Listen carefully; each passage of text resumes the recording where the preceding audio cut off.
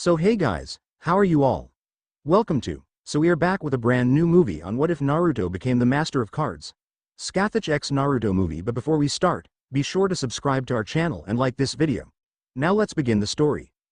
Walking down the street at a steady if slightly sluggish pace was a blonde, spiky-haired mid-teen with his head down, unintentionally hiding his sky-blue eyes.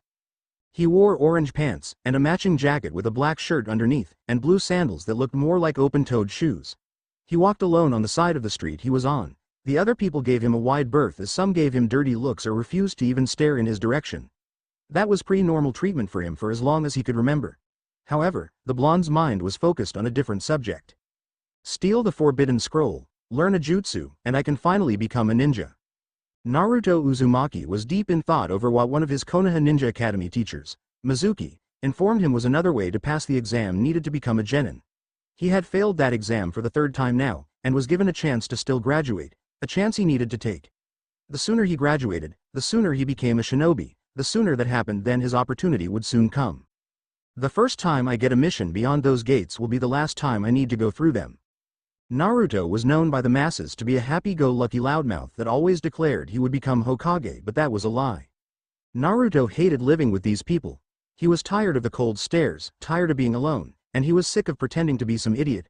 Naruto knew that it was needed, however. These people saw him as some kind of threat, and while he had no idea why, it was better that he keep up the facade. Just until his first mission out of the village, then he could start over somewhere that didn't despise him for just being alive. Which is why I have to.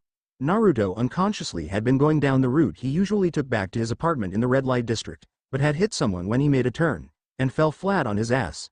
Great, now these villagers had an excuse to yell at him. Well now boy, you shouldn't be walking when so deep inside your mind. The voice of an older man told Naruto as the man held out his hand to the fallen blonde. Surprise showed on Naruto's face as he looked up to see the person who spoke to him. The man, while old, definitely had a good deal of strength in him if his posture was any indication. His shoulders were broad, his height imposing, and his eyes shined with both wisdom and experience. The man was dressed in all black, and possessed gray hair on his head and beard. When Naruto took the hand offered to him, the younger male felt a strong grip before he was effortlessly yanked back onto his feet. Naruto immediately switched his mask on. Thanks, old man. Naruto excitedly spoke with closed eyes and a grin. Think nothing of it, whatever you were thinking of before must have been quite important. The older man replied with a thin smile as looked down at Naruto. The man surprised Naruto even further when he continued to speak to him, completely ignoring the eyes of everyone that passed them. It's so rare to see someone your age that deep in thought. The gray-haired man commented, now at Naruto's side. What was this old guy doing? Allow me to walk with you. I'm sure there's something in this head of mine that can help you with your thoughts. Unsure how to respond, Naruto simply gave a boisterous, sure, and began to walk again. As they walked, Naruto planned to bombard the man with questions in an attempt to annoy him enough to leave so that the villagers would stop staring, but somehow, it ended up being that the older man got Naruto to tell him of the makeup exam, and what he had to do to pass. They were now actually inside Naruto's apartment. Why did he let a complete stranger inside his home? And that's what's on my mind, Gramps. Naruto finished, still shocked that the older man was still with him. The two were seated at opposite sides of the round table that Naruto ate at. The stranger nodded as he had a better picture of the situation. Well, that is something to think about. I assume you have a plan? The old man kindly asked. Naruto quickly nodded up and down so fast that he resembled a bobblehead. Please, old man Hokage is a perv. I'll just hit him with my sexy transformation. Boom! Naruto emphasized the explosion with a rise in volume. The older man simply chuckled before he spoke. Well, since you've got everything planned out, I think I'll just let you in on something. The man had a glint in his eyes as he leaned in, and gestured for Naruto to come closer. When Naruto did so, the old man began to share something with Naruto that would change the blonde's life forever. Inside the scroll, whispered the old man. His tone had barely suppressed excitement in it. There is a seal that looks like this. Naruto was showed a picture of a circle with a bunch of odd characters written inside and around it. The image was left on the table as the man continued. Naruto unknowingly allowed himself his expression to change to one of attention and concentration. His mask had silently slipped off. That seal requires a small amount of chakra to be channeled inside of it, which will release a deck of cards. The man's tone gained more excitement as he began to grin, and that caused Naruto to grin right back, despite not understanding what was so important about a card deck. That deck is very special and has been in that scroll since before even the first jutsu was inscribed on it. No one has ever opened it, but if you channel chakra in it, you'll find that what's inside will be a game-changing tool on your journey to becoming a shinobi, perhaps one the masses will remember for ages to come. Finished the old man as he leaned back, and waited for Naruto to digest his words. He could see the gears in the blonde's mind moving at an exemplary pace. The keen part of Naruto that no one knew of was completely exposed to the wise man. So this deck is way better than jutsu? Naruto loudly asked with stars in his eyes, his attempt to hide his true self both impressed and annoyed the old man. Impressed because of how genuine and polished it was, but annoyed that it was needed for this child to keep people from becoming aware of his true self. Oh well, that was why he was doing this, to free this youth of extraordinary potential.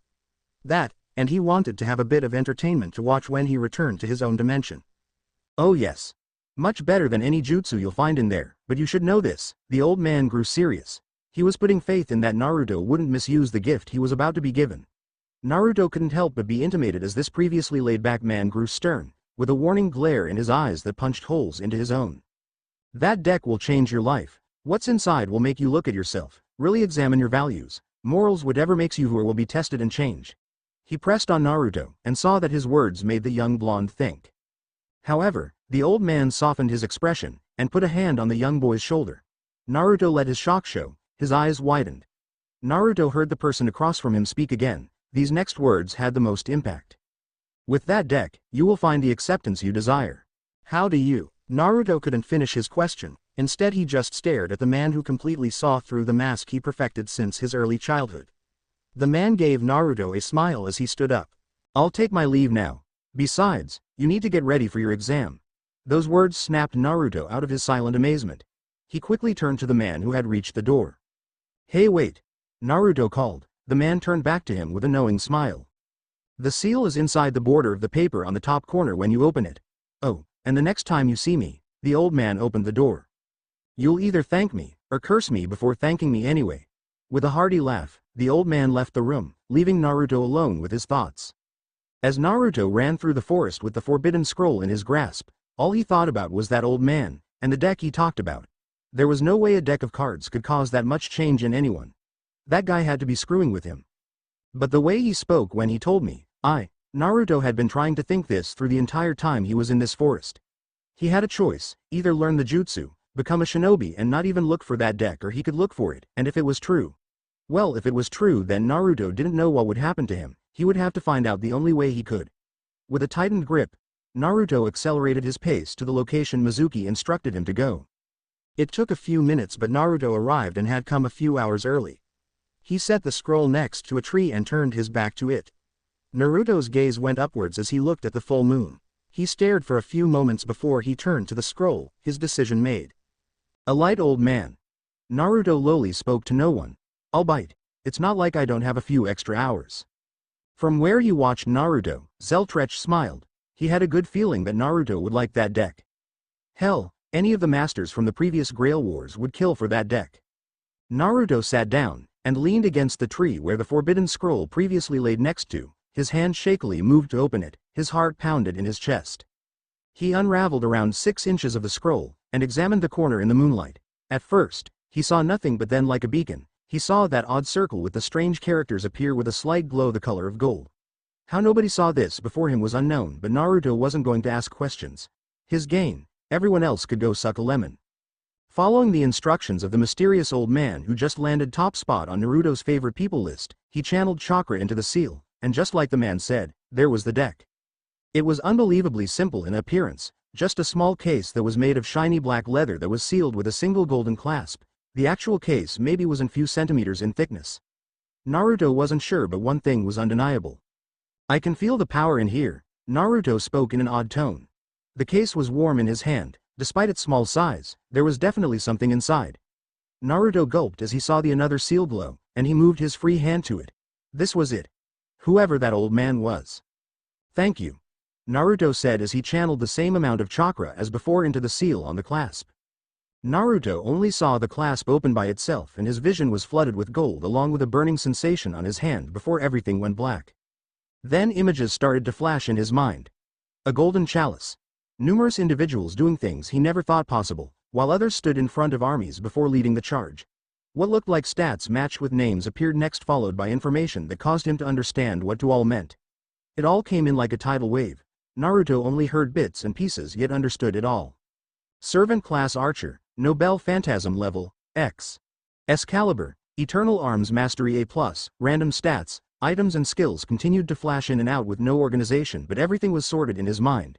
He knew which stats belonged to who did that, who owned this, and anything else relevant. He saw that old man again, Naruto somehow become aware of his name. He then started to see the cards. Each one showed an individual with all the previous knowledge shown that belonged to them now organized. In his mind, he saw the cards flying into the case, an impossible number yet. He knew that the magic used on the deck made storage child's play. Perfect copies of every class card were at his disposal, his command. This was Zeltrech's gift to him. You were right, Zeltrech. This deck really. Naruto was painfully ejected from his mind when a hauntingly familiar voice, filled with rage, bellowed. What the fuck do you think you're doing? In Naruto's ear. Well shit, Iruka Amino had no idea what he was going to do when he found that orange knucklehead, but he finally did, and the ramen junkie was sleeping of all things. The teacher lost it. When the shout instantly woke Naruto, Iruka grabbed him by the collar, and began to shake him like a ragdoll. Naruto didn't try to resist as he was more focused on the raging pain in his head. All that information dumped into his head mentally exhausted him to the point where his body was heavily affected by the strain. After a few minutes, Iruka ceased shaking Naruto, much to the blonde's relief. His stomach wouldn't have taken it for much longer. Well, what in the hell led you steal the scroll? Iruka shouted again. Naruto gave him a confused look before he answered. His voice showed how taxed he was. What do you mean? I'm taking the alternative exam. Naruto wheezed out. Iruka should have known about this. And how'd he get here so fast? Naruto then considered that he probably was knocked out for that long. A sudden, sharp pain in his head ceased any further thought, and made a pained grimace form on Naruto's face. As Naruto struggled with the strain, he didn't notice the anger drain from the scarred face of the tan-skinned Chunin until he was placed with his back against the trunk of the tree he had leaned on earlier. Naruto slowly lifted his head up to see Iruka's black eyes that looked down at him with concern. He had never seen Naruto so exhausted. He didn't even look like he was able to stand up. Another thing Iruka noticed was the forbidden scroll itself had only barely been unrolled, only the beginnings of the first row of kanji could be seen. Naruto, what are you talking about? What alternative exam? Iruka had no idea what Naruto was talking about, at all. Mizuki-sensei told me about it, lethargically answered Naruto, too tired to do anything but answer. Said if I steal the scroll and learn a jutsu from it then I pass. And you fell right for it, huh fox? Iruka immediately spun around when he heard Mizuki's voice from behind, eyes shocked that his child friend had actually done this. Mizuki wore the standard outfit of a chunin, which consists of a green flak jacket, dark pants, and a dark shirt with his forehead protector attached to a piece of clothing that covered most of his gray hair. Both Naruto and Iruka noticed the Fuma shuriken on the newcomer's back. Mizuki looked at the blonde from his place 15 feet away from the two, a pleased smirk plastered on his face upon seeing Naruto's condition. He also saw the scroll wrapped up, and just waiting to be taken. Good job, Fox, mocked Mizuki, slowly clapping. You got the scroll, somehow you got yourself in position where all I need to do is slit your throat, and then bring that scroll to Lord Orochimaru. Orochimaru! Iruka exclaimed in shock as he pulled out a kunai, ready to defend both his student and the forbidden scroll. Yep. The second I give him that scroll I'll be on my way to making a real name for myself. Mizuki grinned sickly as he spoke, and got ready to engage. Iruka did the same. There was a brief pause before the two men leapt at the other. Sparks flew when their kunai clashed before they broke away. Mizuki tossed a handful of throwing stars as he moved backwards, annoyed when Iruka barrel rolled out of the way, and threw his own at the newly reveled traitor. Mizuki, however, was on a rather tight schedule, and needed to finish this before someone else could intervene. Unfortunately for him, Naruto was already working on getting Iruka back up as he forced his right hand to move, and opened the case that held his newly acquired cards. Naruto shifted his gaze back to the fight, and saw the two men in a grapple. Mizuki gained the upper hand when he suddenly head-butted Iruka. The scarred man stumbled backwards, which allowed his former friend to tackle him. Naruto knew he had to move fast when he saw that Mizuki had gotten on top of Iruka, and began to unleash a steady stream of punches to the man's face. The sounds of flesh impacting flesh filled Naruto's ears. Damn fingers. I just need one. Naruto swore as he fumbled to get a card out. Finally he just shoved 2 fingers in the leather case and felt the warmth of the cards beneath his fingertips. Hey Naruto. Mizuki suddenly called to the blonde, his eyes still on Iruka, whose face was moderately bruised, and currently set in a wounded snarl when he saw a glint in Mizuki's eye. "No, don't." Iruka was silenced when he felt hands tightly grip his throat. He tried to grab the traitor's face and shove thumbs into his eyes, but he couldn't, so he was forced to try to pry the hands off. Mizuki resumed to speak as he slowly strangled Iruka. He was going to be able to say his piece, but Naruto had managed to get 2 cards out when he pulled his fingers out. "You know why everyone hates you? Do y'all wanna know?" Mizuki called again, still not looking in Naruto's direction. If he did, then he would have seen Naruto lift up 2 black cards with similar designs, one in silver and more detailed than the other one, which had copper detailing. Naruto saw the cards' faces and smirked. He then began to pump chakra to cards. The 2 battling men were turned away from him, so they didn't see the white light that came from cards. This was his first time summoning a servant with the extremely modified deck Scathach gave him, so it would take a few moments. Naruto really didn't want to hear what Mizuki was about to say. He knew that whatever came out of that man's mouth would be true the second Iruka tried to stop him from saying it. "We gotta go back 15 years, the night the 9-tailed fox attacked your birthday." Mizuki spat out the word. "The 4th didn't kill it, he sealed it away in newborn baby." Mizuki wished he could see Naruto's face, see his spirit be crushed by his next words. Then again, the light that slowly faded from Iruka's eyes was a good sight too. "That child was you. You, Naruto Uzumaki, or the 9-tailed fox?" Mizuki was about to laugh, but an unknown voice that was filled with indignation lashed at him. "How dare you tell such a disgusting lie about my master?" The voice was definitely feminine, and seemed to belong to a young woman that sounded absolutely furious. A burning killing intent bathed the area. It was as if a dragon had spewed flames everywhere. "I will burn you alive for such a filthy lie." When Mizuki heard that, and felt an unknown energy gather behind him, the scroll was forgotten in favor of staying alive as he pounced off Iruka. The nearly suffocated man inhaled deeply as a decently sized fireball flew over him. Its path would have collided with Mizuki's center mass had the traitor not bailed. Instead, it hit a tree and turned it to ash on impact. When he landed a couple meters away from Iruka on all fours, he was only able to lift his head up, with all he could see was something bronze mere inches from his face. Mizuki couldn't even blink before his world exploded into stars, and he was suddenly airborne. He felt a shockwave travel throughout his body. The force of the impact shattered nearly all of his teeth, and flattened his nose while he ragdolled into a tree that he hit on the left side of his body. The tree dented while Mizuki's skull cracked, and the bones in his arm shattered. He was unconscious before he started to slide down to the grass. Iruka had regained his breath and tried to stand, only for the pain in his face to suddenly make itself known. Iruka fell on his stomach, and was about to try to stand up again, but an unknown male voice all but ordered him not to, with a tone that radiated authority, like he was a military leader. Iruka didn't know it, but his assumption was almost spot on. "Keep still and save your strength. I'll assist you." Iruka's eyes were forcibly shut from swelling, so he agreed, and he soon felt a single broad, meaty hand pick him up like he was nothing before he was thrown onto a heavily muscled shoulder. Iruka felt cloth and cold metal along with thick skin that had more than a few veins prominent.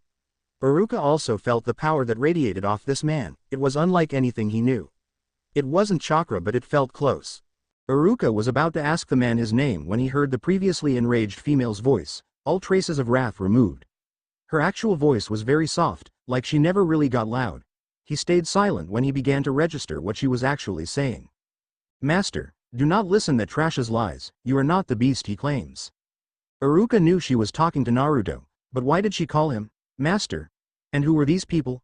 Despite his questions, Iruka remained silent as he leaned against the same tree as Naruto, the woman still trying to convince an unusually silent Naruto to the contrary of what Mizuki said. She used a name that was completely foreign to him. "Scathach wouldn't have given you the deck if you were the kitsune, you know this is true." "I may not know who this Scathach is," Iruka piped up. He had to say something Naruto needed to hear. "But she's right. You may be the container of the 9-tailed fox, but you're not the monster. You are Naruto Uzumaki." Naruto was silent until Iruka heard him sigh. "I've always known that there was a reason for their hate." Iruka heard Naruto speak in an exhausted tone. "I can understand their reason, but I won't take the blame for them." Naruto mumbled. The conversation ended. Undoubtedly, anyone available was searching for them, so all they had to was wait. Naruto's head had been down since Mizuki revealed the big secret, but frankly Naruto was so drained from the information dump he experienced a few hours ago that he found it impossible to get emotional. Naruto lifted his eyes up to see his servants, deciding to focus on them and deal with his feelings later. The first servant was the female one that had decided to sit on his legs with her own over them. When he faced her, Naruto instantly blushed from the closeness of his female servant's face. That face was a healthy pale with soft features, her yellow eyes regarded him with fondness, and warmth that was also reflected in the small smile she had. Her hair was teal in color, and went down to slightly above her knees if she stood up at her height of 5 feet, 2 inches. In the front, most of her bangs fell in an almost straight line near her delicately thin eyebrows with 2 on the sides that went down to her collar. Attached to the tops of her ears were gold ornaments, and above those were 3 pearly white horns that grew out the sides of her skull. 1 on each side grew outwards with minor curves, another grew upwards at an angle and was short. The last horn was also the longest, it went straight up past the top of her head for a few inches. She wore a simple yet elegant kimono that was modified for better movement. The lower part was cut in a way that showed off her legs but also kept a long central piece that covered her underwear. Her obi was black with a yellow bow in the back. Lastly were the white stockings that climbed to her mid-thigh, and her black sandals. All in all, she was around a 15 minimum, 18 maximum on the hotness scale. And that was out of 10. Contrary to what everyone thought, Naruto did not like Sakura. If anything, he only used her as a way to further make himself out to be an idiot. Overkill, yes, but it definitely increased people's belief that he was a complete moron. Master, while I like that you find my appearance attractive, do not stare so intently.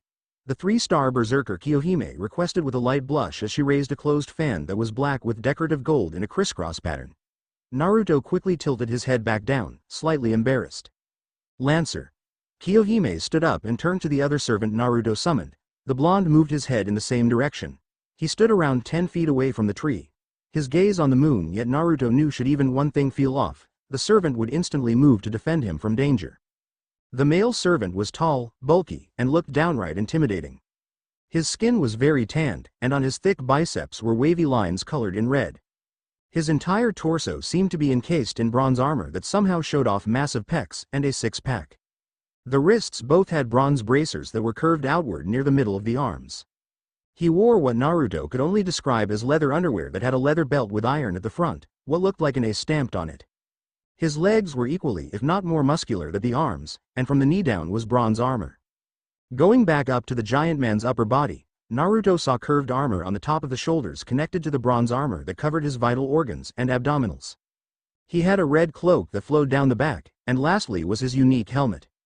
It was Corinthian styled with slits for the eyes and mouth, and an arrow-shaped projection that went down between the eye holes, with a notch that seemed to be from enemy's weapon on the top and bottom of where the right eye saw through. The man's face was hidden by the black inside the helmet, only narrowed, white lines were visible. A plume of brilliant fire ran from the top point of the helmet down the back, only enhancing the man's intimidation factor. In one hand, he held a spear that was a foot longer than he was tall with a uniquely shaped spearhead that started from the shaft as a small, geometric diamond that spread out into 2 spikes that curved in the direction of the tip before the metal thinned then became a much larger diamond shape that ended in a sharp point that gleamed in the moonlight. His other hand carried a large, outwardly curved shield of bronze that had a thin edge, hinting to Naruto that it could potentially cut. A wide red circle was the only decoration on the shield that belonged to the 2-star Lancer, Leonidas I, the king of Sparta. Perhaps we should leave this location, and find better shelter, Kohime suggested, though she winced when Naruto groaned. His body still felt the side effects of accepting the deck. Leonidas shook his head in the negative before he replied. As we have a temporarily blind man, and of course the recovering master to watch over, that action would be unwise. The Spartan cocked his head to the side before he seemingly disappeared then reappeared in front of Naruto, the large shield held forward, and his spear held defensively. Kohime narrowed her eyes as she stood on the side of Naruto opposite to Leonidas, her fan spread which displayed the image of a red flame that had a serpentine dragon at its base. Master, it seems we have company all around us. Leonidas cautioned yet welcomed the potential hostiles. Perhaps they could give him a good fight. A few moments later, black-cloaked individuals with porcelain masks that were designed to resemble animals materialized from behind the trees. Leonidas quickly counted their numbers to be approximately 17. The once king of Sparta frowned. This is all they brought? Did they think him weak? Clearly these, shinobi, needed to be taught the power of both a servant and a son of Sparta. Very well, I will gladly show them why Spartans are the deadliest warriors. However, that was not necessary as the cloaked people parted into 2 groups, an older man in white robes with red accents and a hat that had the same color scheme with a kanji that read, "Fire," walked out and moved towards them. Leonidas returned to a more neutral stance, his shield held at his side, and Dori's spear rested on the opposite shoulder. Both servants remained at their master's sides, The wrinkly man that moved closer to Naruto could feel the power that resided in the foreign man and young woman. Naruto himself still rested on the tree, his body cried for sleep, but he knew he had to stay awake for just a little while longer. The robed man stopped in front of Naruto. The blonde opened his eyes, not at all surprised by who stood in front of him. "So how much did you see?" Naruto asked tiredly. He knew that the Hokage had to be observing him with that crystal ball. The Hokage was also well aware of Naruto's mask, and while he didn't he supposed it was for the best at the moment. "Enough to prove your innocence, and to know about that deck." The Hokage pointed at the leather case that held the class cards. Naruto winced when he saw the look that the third gave him. That look meant Naruto had a lot of explaining to do.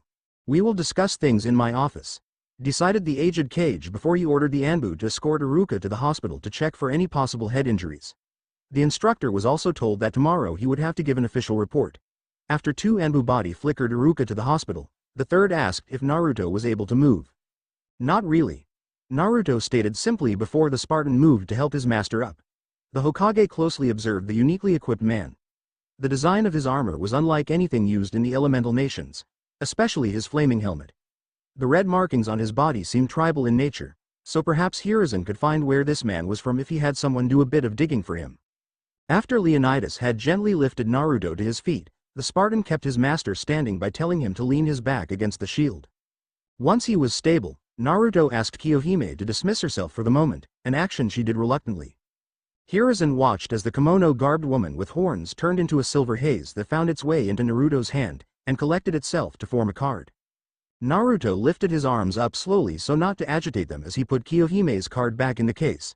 After he closed the clasp, Naruto stowed the case in his pocket before he gave his tired attention to his cage. The Hokage saw that Naruto was ready, so he a hand on both Naruto and Leonidas before he body flickered the three of them to his office. "That was interesting," stated the servant as he helped Naruto into a chair in front of the Hokage's paperwork-ridden desk while the Kage himself sat in his own chair. Leonidas opted to stand behind his master.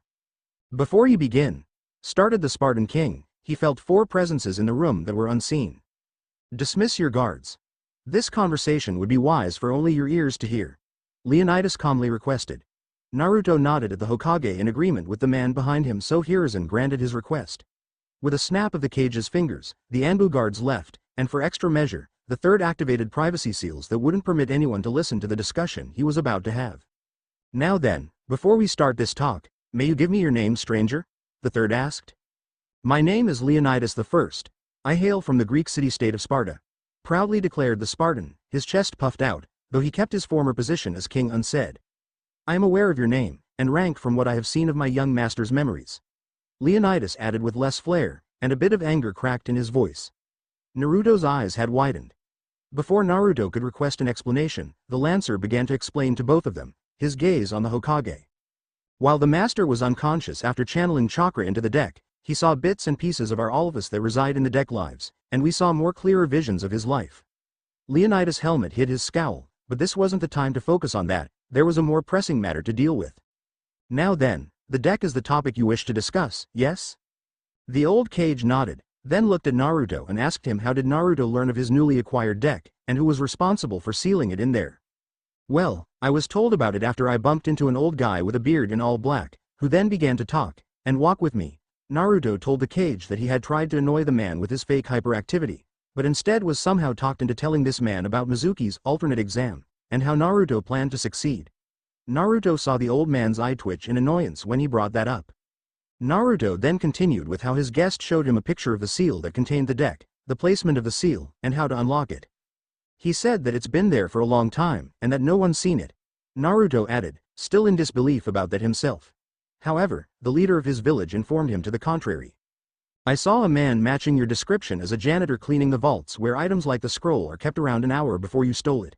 He lied to get you interested, then must have put the deck in when no one was looking." Hiruzen theorized with a rather disturbed look. A single man blended in with no suspicions raised, and not only managed to get inside the vault without anyone noticing, he tampered with the forbidden scroll, just so that he would make his story seem valid to Naruto. "Okay, that's good." Naruto accepted his leader's explanation, though he had a bit of a smirk.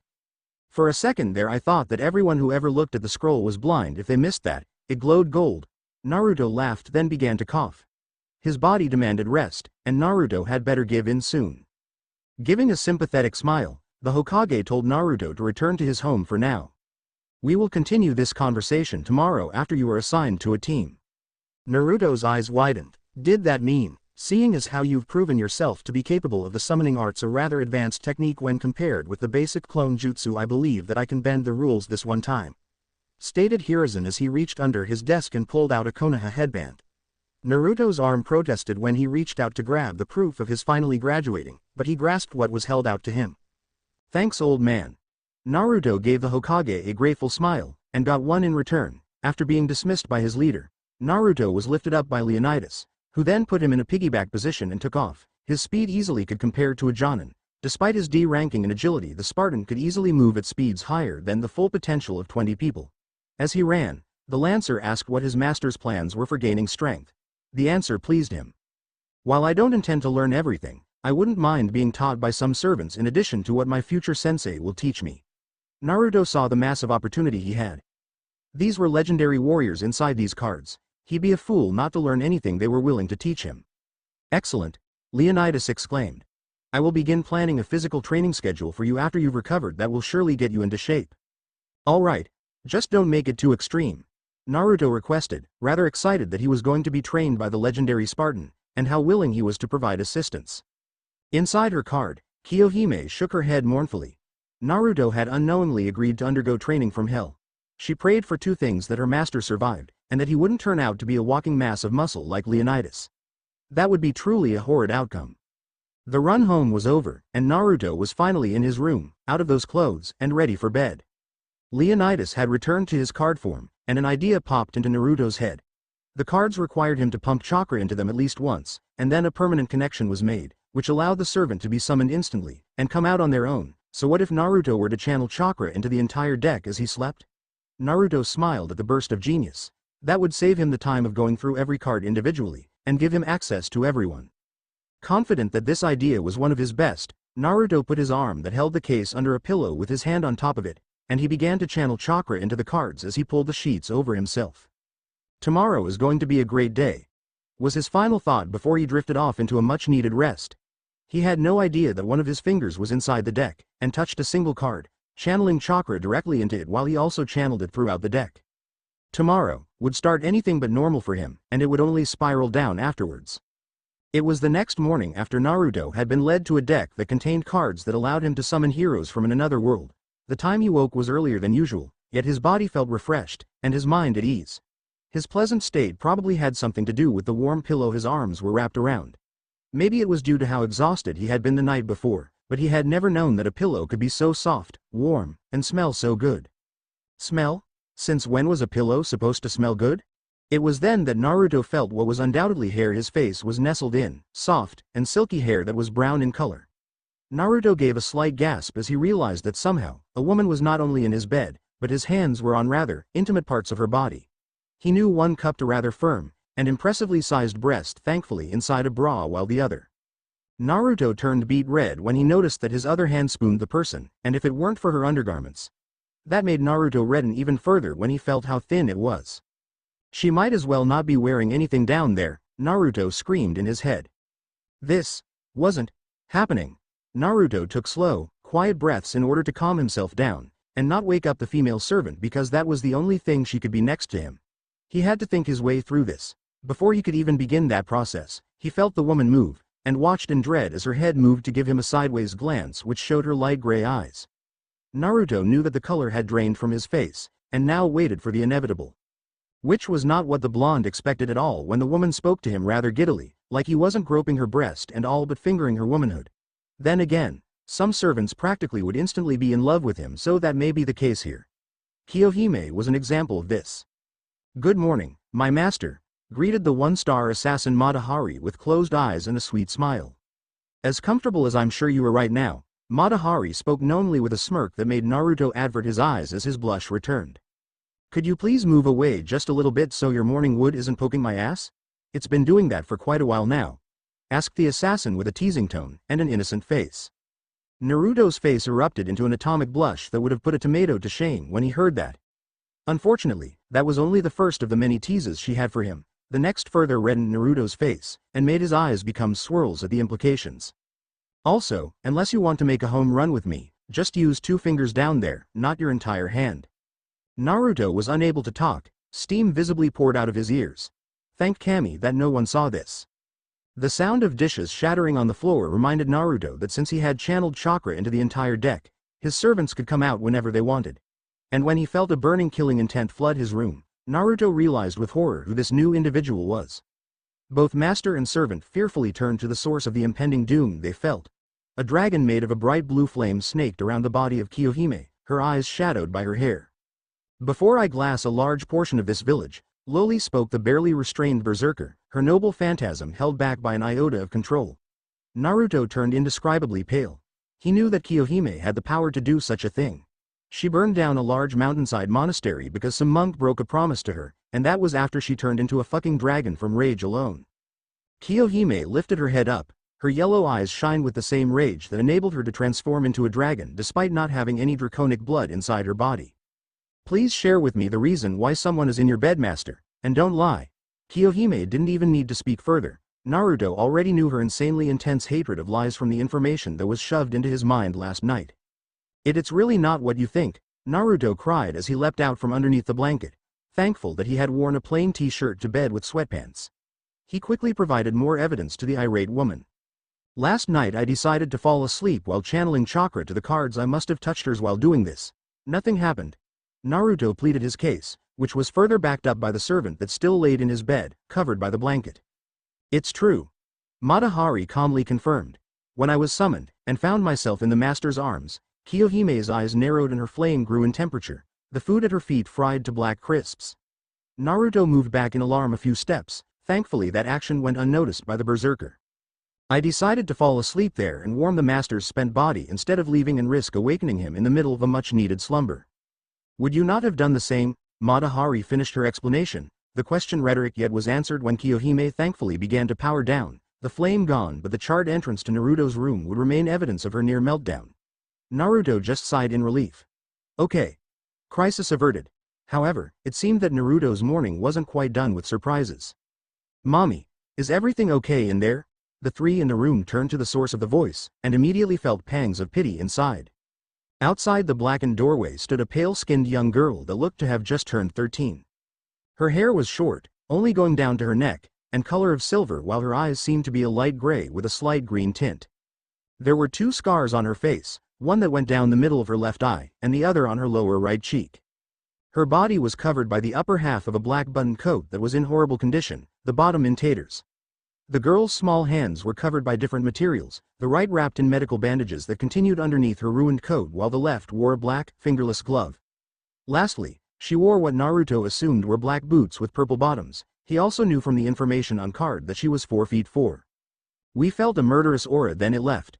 Spoke the 5-star assassin class servant Jack the Ripper, a soul even more tortured than Naruto himself, something he never thought possible until he saw just bits and pieces of her painfully short life. There was a brief disagreement, but it got settled. Naruto answered. The other 2 servants stood silently while their master talked. Both knew it was best for him to handle this particular servant given her history of brutally killing and carving out the organs of women that rejected to be her mother, so they were rightfully cautious as Jack began to walk towards Naruto. We're glad things worked out, the girl stated as she shyly wrapped her arms around her master. Naruto knew better than to object to the action, and honestly couldn't bring himself to do it. To do so would make the blonde master no different from the villagers that he loathed so much. There was also that he had been in her shoes, he had slept on the street, wishing for a mother, for a warm bed. For 2 years he lived like that, and what occurred in that time cemented his thoughts on the people that lived in Konoha. It was because of how much their lives paralleled that Naruto showed no hesitation to return the hug. He accepted the responsibility. He knew zero about parenting, but he'd be damned if he refused Jack's desire. Man, Naruto realized that he'd have to get used to being called mommy, mom, or mother, given that her card told him that regardless of gender, he would be referred to as those by her. These cards, I'm a deck Zeltrech. Granted, he did tell Naruto that the deck would change him, but this was completely different from what he thought that meant. Jack's bashful voice caused Naruto to look down at the girl who looked to the side, unsure of herself. She swallowed before she spoke again, her face tilted towards him, her eyes her broken eyes had a glimmer of hope. Can we eat breakfast, together? The lack of confidence in such a simple request broke everyone's hearts. Matahari returned to card form. Her bronze haze went to the deck that was still under the pillows while Kohime swiftly left the room. Naruto noticed her shoulders tremble. Of course we will. Naruto softly answered. The twisted girl's expression lit up. We'll eat most of our meals together. The girl gave him probably the first one she ever formed a beaming smile before she broke away and sprinted to the table. Naruto sighed as he stood up before he retrieved his deck from underneath the pillows. He smelled something in the kitchen. Kohime must be redoing breakfast. Actually, why was she making breakfast earlier anyway? Did she intend to serve him breakfast in bed? Not that I'd mind. Kohime is a 15 to 18 after all. Naruto thought, trying to brighten his mood before he changed into his kill me orange jumpsuit. Naruto really hated these villagers. Once dressed, Naruto left his room. Jack seated on one of the only two chairs that he had. Kohime seemed to be preparing some eggs with quickly fried rice. It was simple, but Naruto didn't have much. But I still have more than Jack ever had. Naruto sadly reminded himself. He had a roof over his head, running water, electricity, food, clothing, and an allowance from the Hokage. Jack never had anything. Mother, why do you look sad? The subject of his thoughts asked, concern in her eyes. Naruto had to stop himself from laughing bitterly, the irony of this situation not lost on him. The person who had nothing worrying about the one who has everything. It was such a bad joke. Nothing, Jack. Just thinking about some things. Naruto answered. That seemed to be enough for her as she nodded. When she opened her mouth, Naruto wanted to break everything in his apartment. We always thought about things, but we mostly thought about finding mommy. Jack admitted to him, unaware that Naruto's knuckles had turned white from how tight he clenched his fists under the table. All she ever wanted, it was so cold, we were so hungry, so tired, the smoke choked and blinded us. Jack spoke with her head tilted down, her eyes filled with tears that didn't fall. The melancholic tone she spoke with only further increased Naruto's building anger. However, that anger evaporated when Jack, the girl who had been broken in the worst ways, and died with nothing to be remembered for except murders that were done in anguish, she looked up at him and smiled. But everything is okay now. We found mother. Naruto just stared at her slack-jawed. All it took for her to let it go was acceptance by someone, for someone to step up to the plate. Damn it, Naruto growled internally, that was all it took. Food's ready. Jack's excited voice snapped him out of his thoughts. Kohime brought 2 plates with 2 eggs with a side of rice on each, then left to prepare her own plate. Jack looked curiously at the meal. So this is what eggs look like when they're cooked. Jack. Naruto called for her attention, which he immediately received. I hate to tell you this, but I need to leave for possibly a few hours. When Jack's eyes filled with tears again, Naruto instantly knew what she was thinking, and he promptly shattered those thoughts. Don't worry, I'll bring back lunch, and don't forget that I can always carry you in card form. Naruto assured his recently acquired daughter she did nothing wrong, yet she had it far worse than him. If it was just so that Jack could know what happiness was, he'd welcome her calling him mother. We forgot about that. Jack's mood immediately brightened, and she gave him another beaming smile. It was so innocent, so kind, it almost made Naruto forgot who she was. While that innocent side was indeed genuine, that would only be towards him, and possibly but not likely other servants. Anyone else and the Ripper will come out, and a massacre was bound to happen. As her master, Naruto was the only thing that could hold her back. Stop Jack from releasing the killer inside. To her, he was all that mattered, everything else was just something to butcher. Wow. This is so good.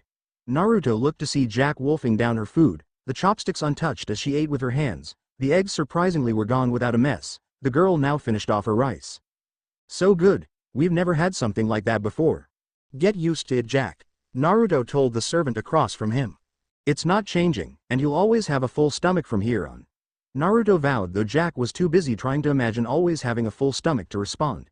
She decided that it sounded amazing. Naruto finished his meal and went to put on his headband, but stopped himself from tying it on his forehead. He frowned at the leaf symbol carved into the metal. I'm only doing this until I'm strong enough, then I'm hightailing it. With that confirmed, Naruto wrapped it on his forehead. Jack and Kohime, who had finished her own plate rather quickly, both returned to his deck, but another servant seemed to come out, and it was a strong one at that. The golden haze went a couple of feet in front of Naruto, and produced a flash that forced Naruto to look away. When the light faded, the blonde genin looked to see who stood in front of him. He proceeded to shat bricks when he realized who the servant was. He dropped to one knee with a single thought in his head. Crap, red eyes that regarded him as lower than dirt, and a scowl to match were the first things Naruto noticed, followed by the male servant's brilliant golden armor with blue markings that matched his slicked back golden hair. His presence made Naruto feel like an insect, and it didn't help that this servant was a planet buster. Those red eyes scanned Naruto's apartment without his head moving, though it was only for a few seconds. Those seconds were the tensest of Naruto's life. The 5-star archer class servant closed his eyes and gave a deep sigh, his arms crossed over his chest. If your circumstances were any other, I would not have bothered to come out, much less in this hovel you call a home. Gilgamesh, the king of heroes, told Naruto with annoyance that thankfully wasn't directed at him, but towards the setting of their meeting. However, the red-eyed man stared down at Naruto, who thought it best to listen then speak. This is a unique situation, and because of your circumstances, I will allow this to slide just this once. Naruto internally sighed in relief. He remembered that these servants had seen his life when he saw theirs, and it appeared that the man in golden armor was cutting him some slack because of said circumstances. Naruto wasn't sure if he should be happy or peeved about that. You may express your gratitude. Gilgamesh instructed Naruto, something that he immediately did. He wasn't one to roll over, but when it was someone that could one-hit kill your entire world, well. Thank you for your understanding, King of Heroes. Naruto didn't use the servant's name just in case that would be viewed as disrespectful. And Naruto really didn't want to get on the ancient king's bad side. Not to be rude, Naruto slowly lifted up his head, looking for any signal to put his head back down. Surprisingly, there was none. But why did you come out to see me? Naruto asked the man he knelt before, to which Gilgamesh raised a brow. Naruto tensed. Most mongrels jump for joy when they summon me, yet you would much rather not be near me, observed the king of heroes before he smirked. Those mongrels also had no real power, and while neither does your current self, the chakra of this world allows for even a mere mongrel to bend the elements to their will. Gilgamesh stated. His face now stared down at Naruto's nervous yet attentive one. The summoner still knelt. The golden man was pleased that unlike the other mongrels that he had to teach respect, this mere child knew his place. And now I find myself with a master that has every servant at his disposal, and what was the first thing he did with this new power? Gilgamesh directed the question at Naruto, who gulped before answering. Nothing. Exactly, nothing. Gilgamesh repeated. You do not desire to rule the world, you have not used the female servants to fulfill perverse fantasies, you have not demanded to be trained, and most surprisingly, the smirk grew in size. You have not unleashed hell on those that wronged you, it is just interesting enough to get my attention, finished Gilgamesh. You're not wrong. Naruto moved his head to the side. I want none of those things, and while the thought of destroying this place did cross my mind, Naruto admitted. He had no reason to lie about this subject. It's just not me. I want to leave, and if they come looking, then I'll send back whoever they send in body bags or unable to walk. Naruto had turned back to the smirking king of heroes. That smirk was getting annoying. Fast. But I doubt you came just for me to answer a question. That damn smirk got bigger, and Naruto felt a twitch in his eye. What do you want? Naruto asked as respectfully as someone could ask that while also being as blunt as possible. Gilgamesh have a, hey, before answering. He had begun to walk around the now standing Naruto. This is a new world where my legend is not known, and I seek to fix that. Gilgamesh stated without hesitation, then revealed to Naruto the part that concerned him. You are in control of the deck, and therefore it is important that you are not weak. I imagine that there are reasons for you to want to keep that deck yours, correct? Jack flashed in Naruto's mind. Yes, then I have a goal for you. Naruto now raised a brow. Gilgamesh didn't wait for a response as he continued. You have expressed a desire to learn from servants, a wise move given the world we live in, and now that I have been awakened, here is my challenge. Naruto narrowed his eyes, and that damn smirk got bigger. This world is interesting, as is chakra, but my treasures can do the same job much better and efficiently. However, while I am unbeatable, you are not and must be guided to an acceptable level of power before I act. Naruto understood where he was coming from, but still.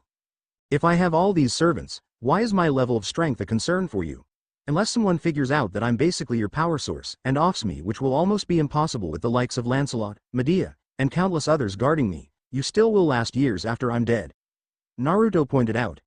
Gilgamesh nodded in agreement, but did have a response to that. Be that as it may, your situation intrigued me. I want to see what the child with the deck of heroes will do. In other words, your challenge is. Gilgamesh stopped pacing circles around Naruto, the two across from the other. To entertain me. Gilgamesh finished with that asshole smirk back. Naruto, however, was in a deadpan. So not only do I have to entertain an immortal wizard, I now have to entertain a golden king too. Naruto droned, already tired of this BS. Gilgamesh's smirk somehow got bigger, aware of who Naruto referred to. Yes, but unlike your other viewer, I will reward you with 3 things. Okay. Now Naruto was interested as the Golden King told him of the 3 rewards. First, you shall have my respect for the performance. Naruto internally rolled his eyes, but kept a straight face on the outside. Second, I will ensure that you live expense-free in my new kingdom. Okay. That one made Naruto smile ear to ear, no taxes. And your third reward will given upon completion of challenge. Gilgamesh paused for a moment, and closed his eyes with that smirk still in place. If you have reached a significant level of strength, then instead of merely overseeing your progress, I shall train you myself. When Gilgamesh opened his eyes, he was pleased to see the look of absolute disbelief on the blue-eyed blonde's face. Yes, I shall train you, but you must not only survive the training that the others will put you through, you need to thrive in it. Naruto composed himself while the archer talked, but his brow furrowed at the end. Damn, that was a tall order. You're a hard man to please. Naruto stated with a sigh. Gilgamesh knew he had him. This might actually be fun. Now then, mongrel, I shall leave you to the other mongrels for now, but rest assured, there are other matters that we must discuss at a later time. Gilgamesh then faded into the golden haze from before, and disappeared as it went inside the deck. Naruto let out a relived breath he didn't know he held. The newly minted genin went to leave for his team assignments before anything else could happen, and nothing did. At least, not inside. It was when Naruto left the building, his false persona equipped for the day, that something else happened, courtesy of Leonidas. Naruto had just walked out. That fake goofy grin he wore to annoy the heck out of the villagers was plastered on his face. He had barely turned around when he felt a large mass of rock pushed into his back. Ropes quickly were wrapped around his torso, and tightened the rock against Naruto's body to where it would not move. This had all happened before Naruto could even begin to react. The sudden increase in weight almost made him fall over. However, that was prevented when a sharp, metal point poked into his rear. With a yelp that made every person around whip their heads in his direction, Naruto rocketed forward. The weight of the large stone strapped to his back kept him from running at a full speed, and quickly forced him to stop for breath. Naruto. You must keep moving. The voice of Leonidas barked from behind as Naruto felt the same point poke into him without going through his pants again. Unable to stop his body's self-preservation instinct, Naruto took off once more. The hell is wrong with you? Naruto hollered angrily as he ran. Leonidas closely followed. His helmet was without the fiery plume from last night. Instead it possessed one made from densely packed feathers cut to an even curve. Every other aspect of his appearance was unchanged. Don't stab my ass with a spear. Unfortunately for you, this is part of your training, replied the Spartan, who quickly continued. You will run to the team assignments as fast as you can with that stone on your back without slowing or stopping. Are you kidding me? Naruto shouted as he was chased down the road, the villagers unsure of what was happening, more concerned about getting out of the way. I told you I will ensure your body reaches peak condition, did I not? Leonidas replied with more force behind his words. He gave his blonde master another jab when he saw Naruto slow down a tad. My calculations assure me that this is the quickest way to achieve that goal. I told you not to go to extremes. Naruto yelled, furious when he was prodded again. I didn't, otherwise it would be a block of iron on your back. Leonidas defended his method, pleased when he saw Naruto increase his speed by a small yet noticeable fraction. You're crazy. Crazy. Leonidas repeated with a mad grin before he bellowed with valor. I am Sparta. Iruka, despite the betrayal of his childhood friend, had awakened that morning refreshed and the swelling in his face was gone. He had also been pleased to learn from an Anbu messenger that Naruto had allowed to pass due to his abnormal and powerful summons.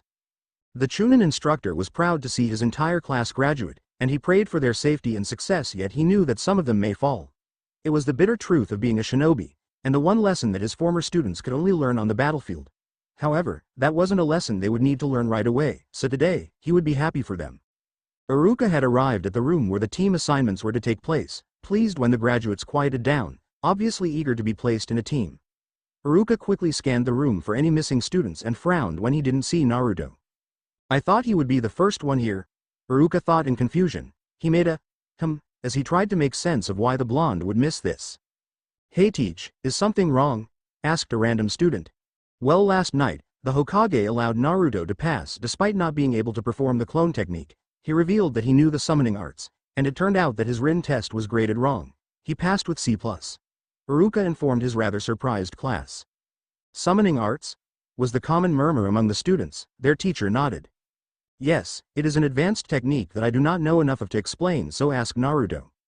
Right as Iruka mentioned the missing blonde, the class heard the deep voice of man that Iruka recognized outside, The man's words were unclear, but they knew he was roughly encouraging someone. I think I'll get the door. Iruka went to the side door on his left, the one closest to where the voice came from, the words now clear. That's it. Just a few more meters and I'll remove the weight. Don't collapse now. The door was opened, and in came the missing dead last, with what had to be an over 60-pound stone tied to his back, and after him come the largest man the class had ever seen. His body was a mass of muscle and metal. With a triumphant laugh, the man simply yanked the ropes off with a single hand. The stone crashed on the floor. You see, Naruto. All that you needed was some gentle motivation. The unknown man told the much shorter blonde who had his hands on his knees as he gulped down air, his body drenched with sweat. At the word, gentle, Naruto's head snapped up at the man. You tied a fucking rock to my back and made me run here without stopping, and if I did slow down by just a hair, you stabbed me in the ass with that damn spear. Naruto cursed out the man, his shield and spear just now noticed by the class. He gave a booming laugh. Yes. And your success confirmed my calculations regarding your ability to endure. Go jump inside Carmilla's Phantom Maiden. An enraged Naruto yelled before he went to sit down, roughly pushing others aside as he slid into the closest row that had enough room. Leonidas' snickers further inflamed him. Naruto was about ready to blow from the stress of his day so far as he put his arm on the desk in front of him, and rested his head on it. Finally, he could finally cool off. Iruka and the rest of class had been stunned into silence by Naruto's attitude. It was known that he had a temper, but this time he was just plain furious. Even Sasuke Uchiha, one of the students Naruto shoved out of the way, and Kiba Inuzuka, two male students that Naruto usually was at odds with, decided to leave the highly combustible blonde alone.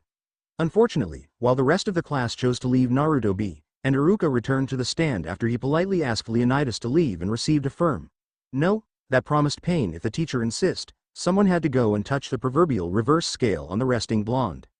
Not even 30 seconds passed before Naruto's eyes snapped open. The reason was one of the other people Naruto shoved aside to get to his current seat. Leonidas' smile was hidden by the darkness in his helmet while the multiple servants in the deck got ready for a good show. The straw that would break the camel's back, and cause Naruto's mask to violently shatter, would be none other than a tool he used to make it so convincing.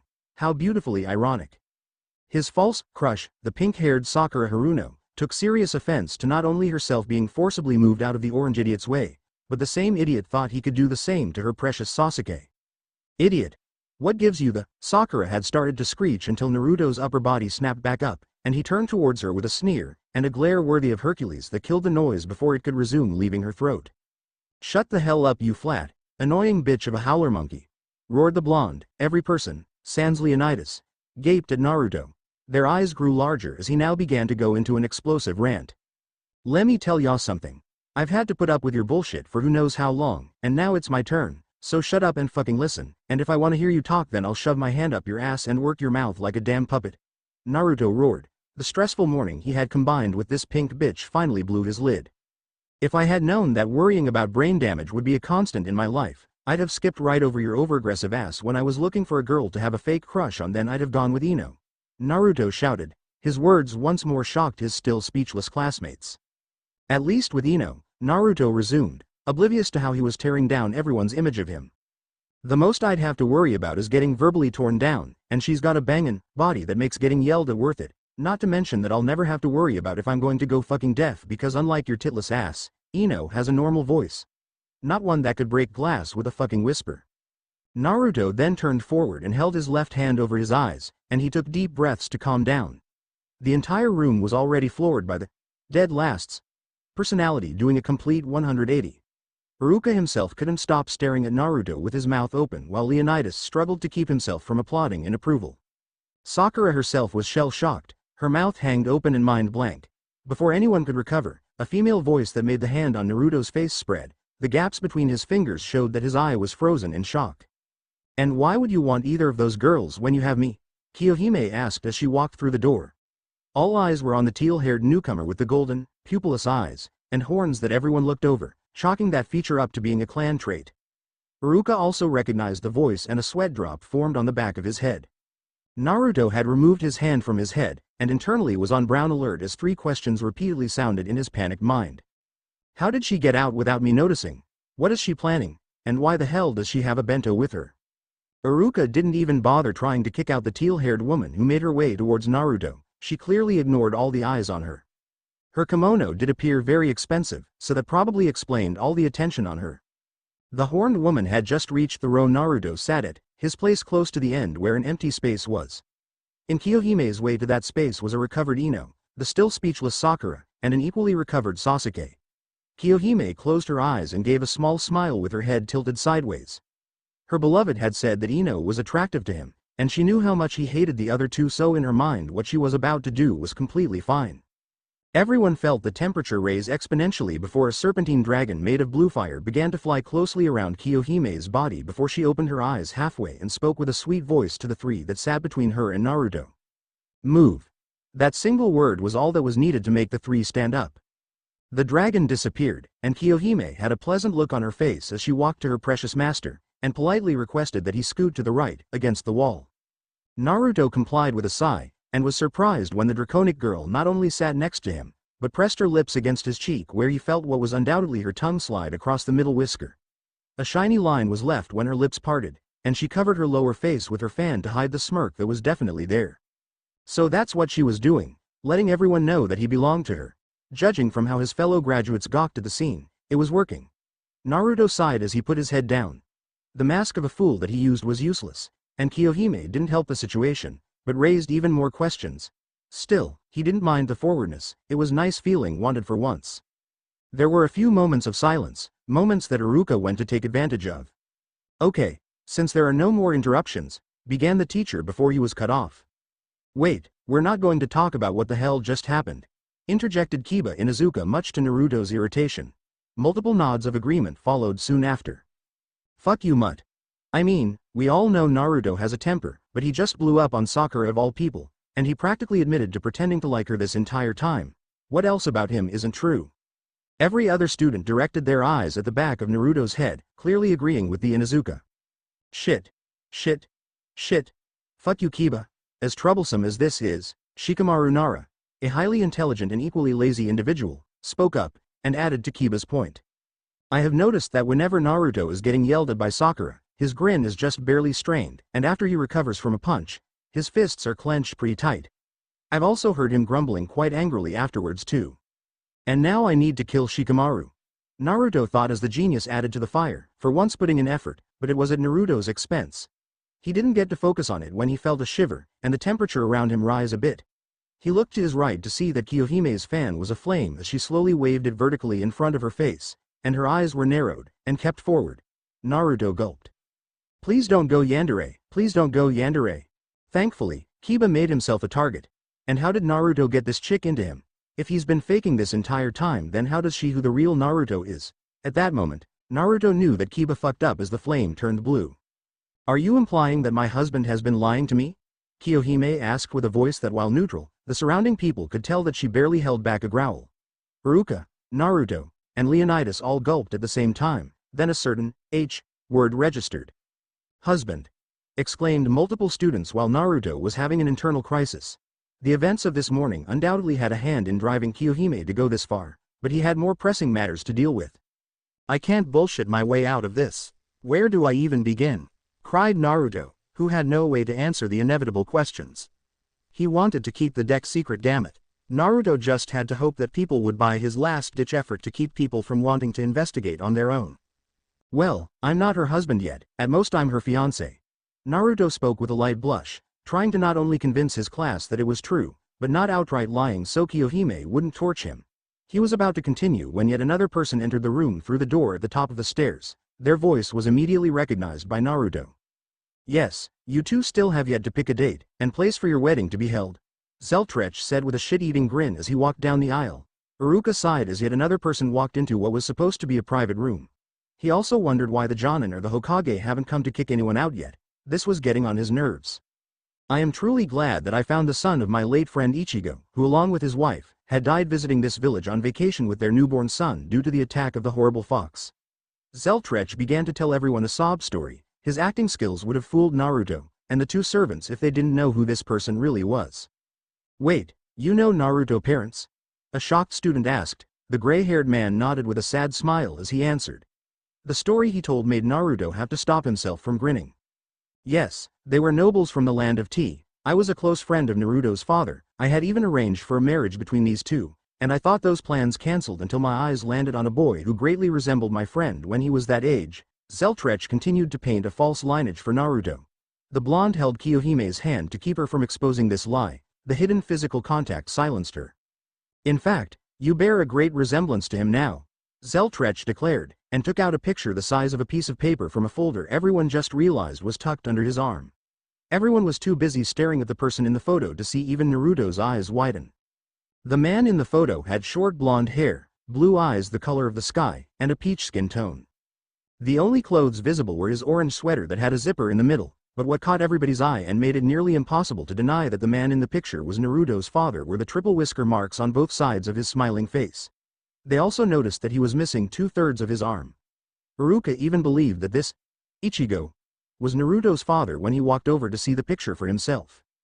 Naruto, however, knew that the man Scathach claimed was not his father since Scathach was also in the photo with an arm around the other man. The new master didn't know how Scathach pulled this off, but he was grateful that the wizard marshal just saved his ass by distracting everyone from his engagement. Though he had more than a few things to say to the man. Naruto intended to have a long discussion with Scathach regarding the deck. Oh, and before I forget, Scathach walked in front of the stands, Naruto seated on the second row from the bottom, and handed the manila folder to Naruto. He then gave a farewell before he walked out the side door. Iruka breathed in, held it for a few seconds then let it out. So Naruto, Iruka got everyone's attention on him. Is there any other thing concerning you going to interrupt me, again? Naruto took this moment to be a smart ass. Yeah, my wedding planner wants everyone to help us pick a cake, and take any suggestions for a place to have it or the reception at. Naruto sarcastically told Iruka, who rolled his eyes. Kohime giggled from behind her fan while Leonidas openly laughed. Iruka then finally began to give the team assignments. Teams are same as canon, skipping to an hour after. Naruto, Sasuke, and Sakura had spent the past hour after learning that they were selected to be Team 7 under a Kakashi Hitaki. When enough people left, the black-haired Sasuke Uchiha and his loyal fangirl left the row Naruto and his horned fiancé sat. The latter held Naruto's arm to her chest and laid her head on his shoulder, the horns positioned in a way that wouldn't stab him. Leonidas opted to stay in the corner closest to him. The Spartan thought about the best way to beat the importance of being on time to tardy man that was assigned to be his master's teacher. Pa, Naruto will be better off with us training him than whoever this late helot is. After another half hour passed, and Leonidas began to busy himself sharpening his spear. Naruto sighed as his stomach gave a low growl. Oh, you're hungry, my dear? Kohime asked as she placed the bento she had brought on the desk in front of them. The contents had been continuously heated by her control of fire. Steam gently rose from the teriyaki beef, shredded eggs, and pickled vegetables on top of seasoned rice. There was only one pair of chopsticks inside, and Kohime was the one who held them. Say ah. The female servant told Naruto after she picked up a piece of beef that had a bit of egg and rice stuck to it. The food held a distance from her master's mouth. Naruto gave her a flat look. Seriously? What was he, 5? Kohime frowned a tad but brought the offered food closer, intent on feeding her beloved. Come on, let me feed you, insisted the yellow-eyed servant. I made this for you. Naruto's eye twitched, but he relented when she gave him puppy dog eyes. He opened his mouth, and after the food was placed inside, he began to chew. His eyes widened as the flavors hit, and Naruto lost all resistance as he eagerly accepted the next offered bite.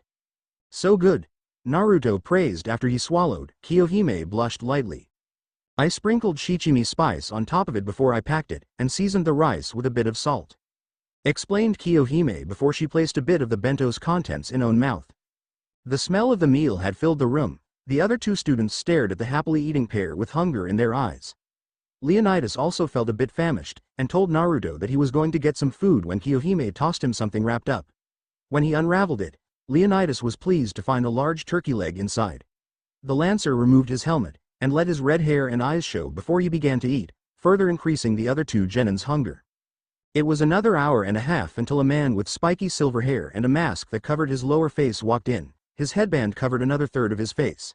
He looked around and saw the hungry Sasuke and Sakura, a muscle-bound man with a helmet on that he could feel an intense glare from, and a teal-haired girl with horns laying her head on Naruto's shoulder. This was not what he expected. Team 7, I presume? He asked. Yeah, we're them. Naruto confirmed, rather liking the soft feeling of Kohime's hair on his shoulder. The other two students only nodded. My first impression of you three, the pink and black-haired ones suck, while the blonde has his priorities straight. Meet me on the roof. With that said, their Jonin-sensei body flickered to the roof. Well, I like him. Naruto decided as he got up, and told Leonidas and Kohime to wait for him. The servants nodded in acknowledgement while Naruto's teammates glared at him. Naruto gave them the finger and twirled it before he exited. The other two genin followed. Once the three genin were on the roof, their sensei told them to introduce themselves. Sensei, why don't you go first to show us how it's done? Requested Sakura. Naruto looked at her with an, "Are you serious?" expression. Are you sure this one was the smartest in your class, because this pink mongrel seems no smarter than the ants I step on? Gilgamesh stated more than asked from within Naruto's mind. Alright, my name is Kakashi Hitaki, began the Jonin. Naruto's opinion of his new sensei rose as he gave his demonstration. I don't feel like telling you what I like, I do have plenty of dislikes, and you're all too young to hear my dream. The more uptight genin of the three thought, all that we found out was his name, while Naruto internally laughed at the way their sensei trolled the other two. Your turn, Pinky. Kakashi indicated for Sakura to go. My name is Sakura Haruno, I like, she began, then looked at Sasuke with a blush. Naruto cringed on the inside and nearly of the heroes in the deck groaned. My dream is to. Another blush followed by a squeal came from her. More cringes and groans came from the deck. Okay, and what do you hate? Kakashi asked, clearly uncaring of the answer. Naruto. Shouted the Haruno with disdain. Feelings mutual, ya flat bitch. Retorted Naruto with a smirk. Sakura began to grind her teeth together, and wanted to launch him. Sasuke blinked once, his posture indicated the barest annoyance. At who? Kakashi didn't know, but he had a good feeling of the person's identity. Next is Mr. Broody. Kakashi pointed at Sasuke, pleased to see a twitch. Soon after, the Jonin instinctively raised his hand to catch a small wad of Ryo thrown in his direction, courtesy of the blonde to his right.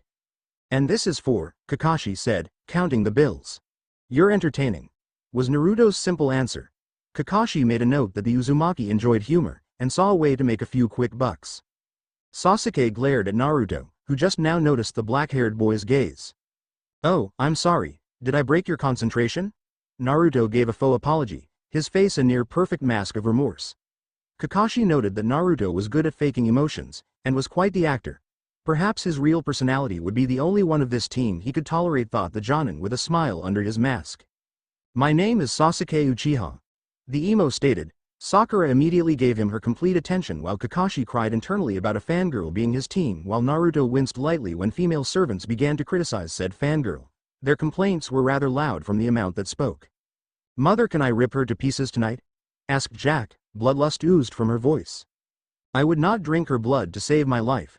Spoke the Blood Countess Carmilla in disgust, one of the 4-star servants of the assassin class. Never summon me around her or you'll have to explain why her ashes spark red lightning. Requested a 5-star berserker called Mysterious Heroine X Alter with a monotone voice. Naruto called for quiet before it got too loud.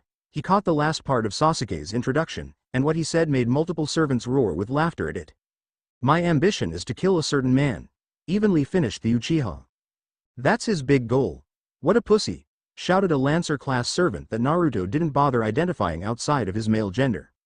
And now for the resident actor. Kakashi moved on to the hopefully less bland Naruto. Name's Naruto Uzumaki. My real interests are mine to know, my actual dislikes follow the former, and my true dream which is not to become Hokage. Naruto largely followed his sensei's example in revealing nothing in his introduction. Well, that's my business. Not yours. Sasuke held back a glare while Sakura had no problem with it, and Naruto gave an infuriating response to it. Take a picture, it'll last longer. Kakashi waved his hand to signal for his genin's attention, which was given. Okay. Meet me tomorrow at training ground number 3 for your genin test. Kakashi instructed his genin. Sakura immediately asked a question. Wait, we already passed that test, right? That was just to separate those who were ready from trainees that aren't. Causally dismissed the Jonin with a wave of his hand. Tomorrow is the real test. Now I suggest you arrive at the specified area at 9 a.m. and don't eat breakfast or you'll throw up. With that warning, Kakashi disappeared before another inquiry could be made. Sakura turned to remind Naruto of his place, but he was already heading back to the room he left his companions at. Sakura huffed before she took off after the leaving Sasuke to pester him for a date. When Naruto returned to his servants, he was welcomed back by Leonidas. So, Master, what did the late helot tell you up there? Asked Leonidas when Naruto sat next to Kohime, her position unchanged. The Spartan himself stood at the bottom of the stairs across from the other two. His height kept their gazes more or less even. Naruto chuckled at the way the Lancer addressed Kakashi. The word, helot, used to describe a slave in Sparta. He just wanted us to introduce ourselves, and told us that we have a test tomorrow. He suggested not to eat, and meet him at 9 o'clock in the morning. Naruto shared with a bit of a glint in his eyes. Given how he cared less about being on time today, I'm sleeping in, and I not only want breakfast but 2 bentos ready. Oh, you want a big lunch? Kiyohime already thought about what she would make. Naruto shook his head with a mischievous smirk.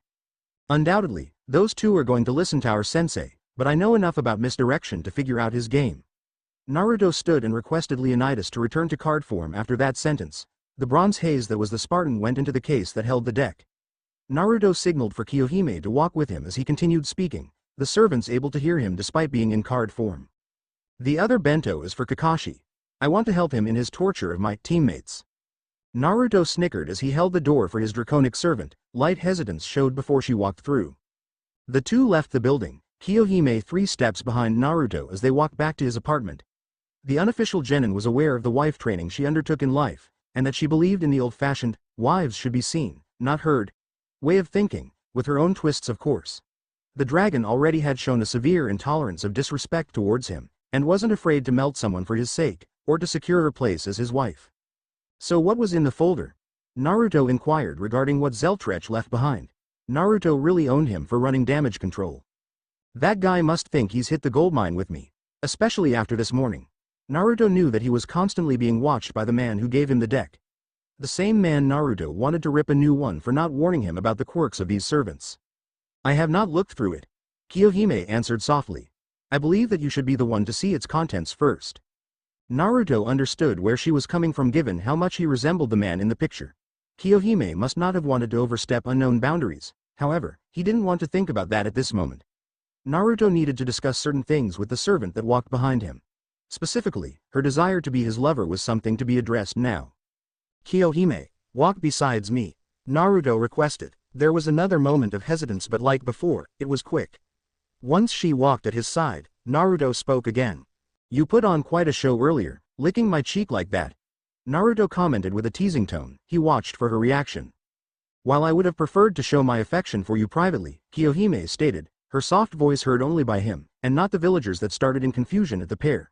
For once, Naruto didn't care. It was necessary to show that you are mine. I will not allow human rivals. Kiyohime told him with a smile, yet Naruto could feel her possessiveness from it. Human rivals, huh? What if another servant were to show interest? Naruto asked. It was an honest question, and one that he felt needed to be asked given this morning. I admit that I overreacted this morning. Kiyohime's head dipped a little in shame, but it rose again when she continued speaking. But to answer your question, it depends on how such a servant approaches with her desire. If she tries to steal you away, I will turn her to an ash statue. Kiyohime's eyes darkened, and for the briefest moment, her smile turned twisted before she returned to her calm, gentle expression. On the other hand, if she chooses instead to talk, then I listen to her feelings, and no harm will be done. Naruto asked another question, this one threw Kiyohime for a loop. And if she wants to share? To Naruto's surprise, Kiyohime nearly tripped but caught herself. She looked at him with her peripherals as she asked for an elaboration. What do you mean by share? She doesn't mind if there's another woman in the relationship, Naruto answered. I only ask this because there's a portion of female servants that might as well already be in love with me in the same way you are. Naruto continued. Kiyohime had a furrowed brow as she listened. She hadn't considered that as a possibility. And if I don't want to share? Kiyohime countered. Naruto sighed as he looked at her, displeasure showed on her face. Kiyohime, I'm not saying that I'll leave you if another servant wants me, and I'm not looking for an excuse to screw multiple women. His words seemed to have a sort of calming effect on her. Perhaps it was the assurance of not losing him that caused this. But as I bond with multiple servants, I know that some will want to be more than friends, and seeing as how I've been deprived of the simplest forms of affection, Naruto trailed off, unsure of how to finish. The two walked in silence for a few minutes, Kiyohime thinking things over.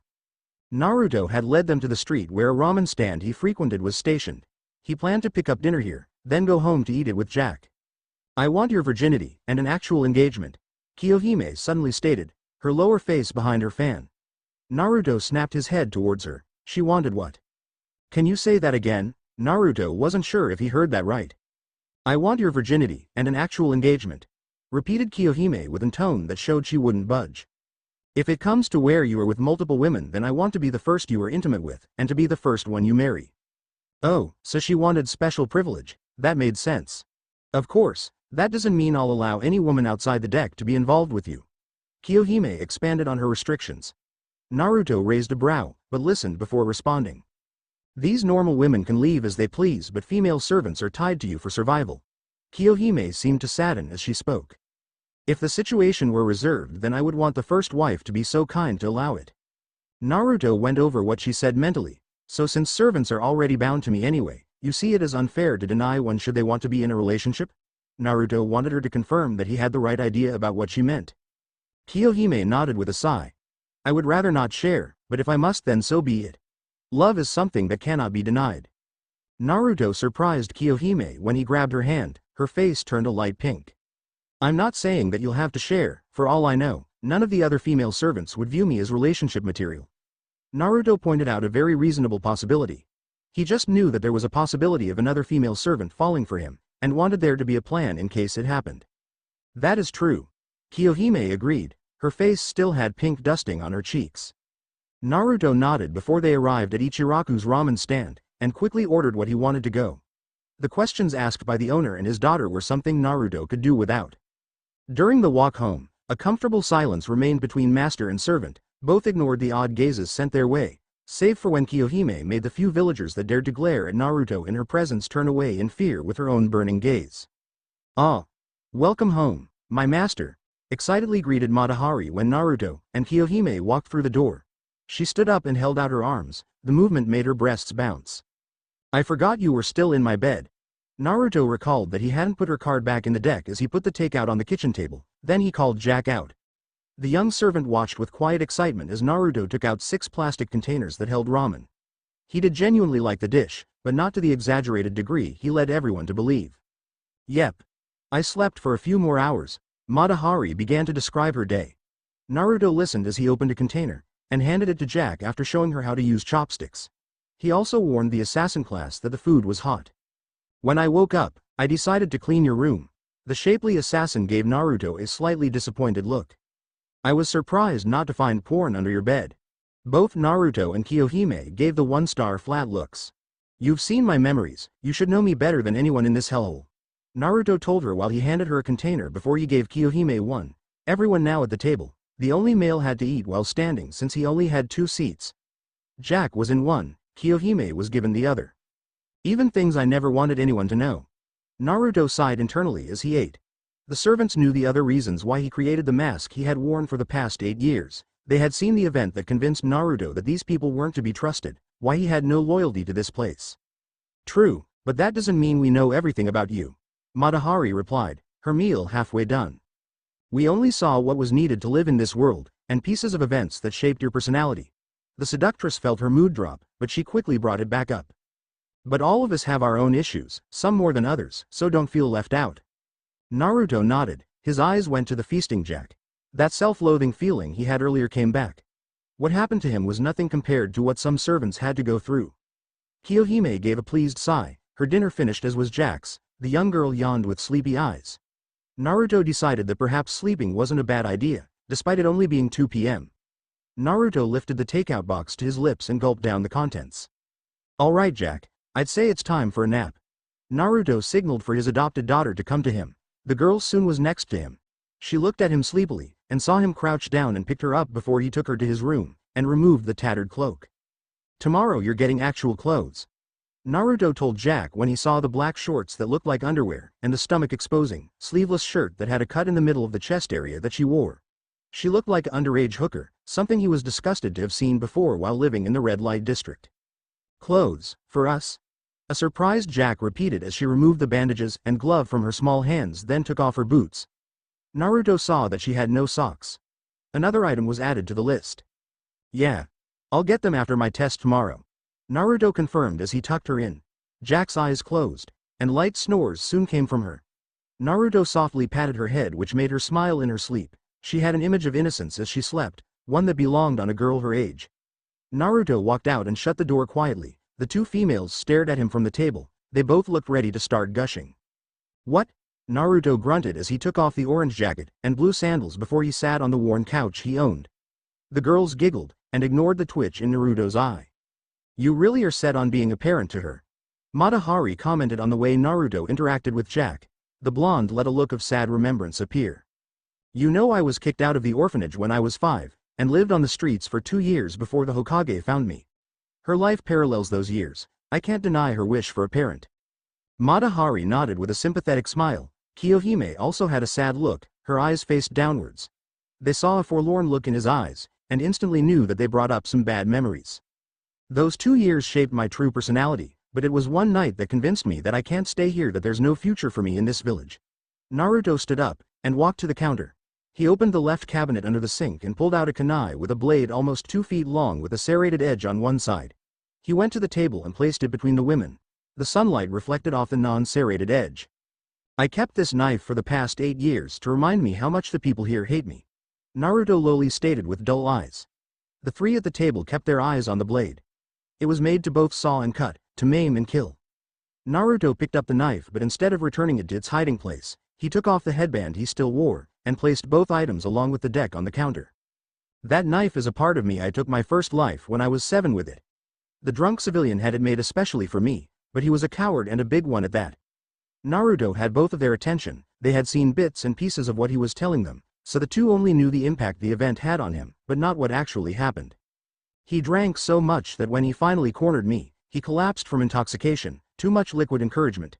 Defensive instinct took over and I slit his throat before stabbing into his head. Naruto had closed his eyes, the memory still fresh despite being years old. He could still smell the alcohol in the attacker's breath. He still saw the vivid crimson liquid flow from the wounds Naruto inflicted on him. I ran away the second I realized what I did, and didn't stop until I found myself in an abandoned building. That knife, Naruto indicated to the one on the counter. I still had it. I couldn't let it go. That knife made me feel for the first time I was in control of what was happening, and I couldn't just throw it away. Naruto saw the servants' eyes on him. They were surprised that he opened up to them about that, and Matahari was the one to ask why.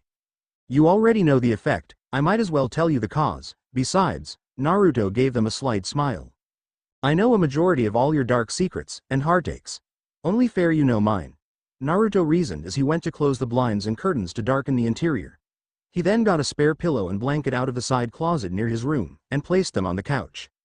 I've said what I needed. Feel free to return to the deck or do whatever, but I'm going to sleep for a while. Naruto announced as he laid down, and put the blanket over his body, head on the pillow. The female servants looked at one another. Matahari indicted to Naruto with her eyes, then pointed to herself, then Kiyohime with a questioning look. The Berserker realized the assassin was asking, you or me? Without words. Kiyohime nodded, and placed the folder that Zeltrech left on the table. It had been on her lap since they came back. Matahari winked at Kiyohime before she spoke out loud. I heard you say you'll get Jack clothes earlier. Mind if I help? Offered the busty woman. Naruto merely rose his hand with a thumb up. The gesture understood. She then returned to the deck in a bronze haze, leaving Naruto and Kiyohime the only ones awake. The teal-haired woman looked over to where her beloved laid, his body hidden by the blanket. She could feel that he had opened old wounds, and wanted to help bind them in a figurative sense. Kiyohime stood up, and removed her sandals. Her fan was left on the table. She blushed lightly, knowing what she about to do, but began to walk towards him despite the hesitation she felt. Kiyohime loosened her kimono in the chest area.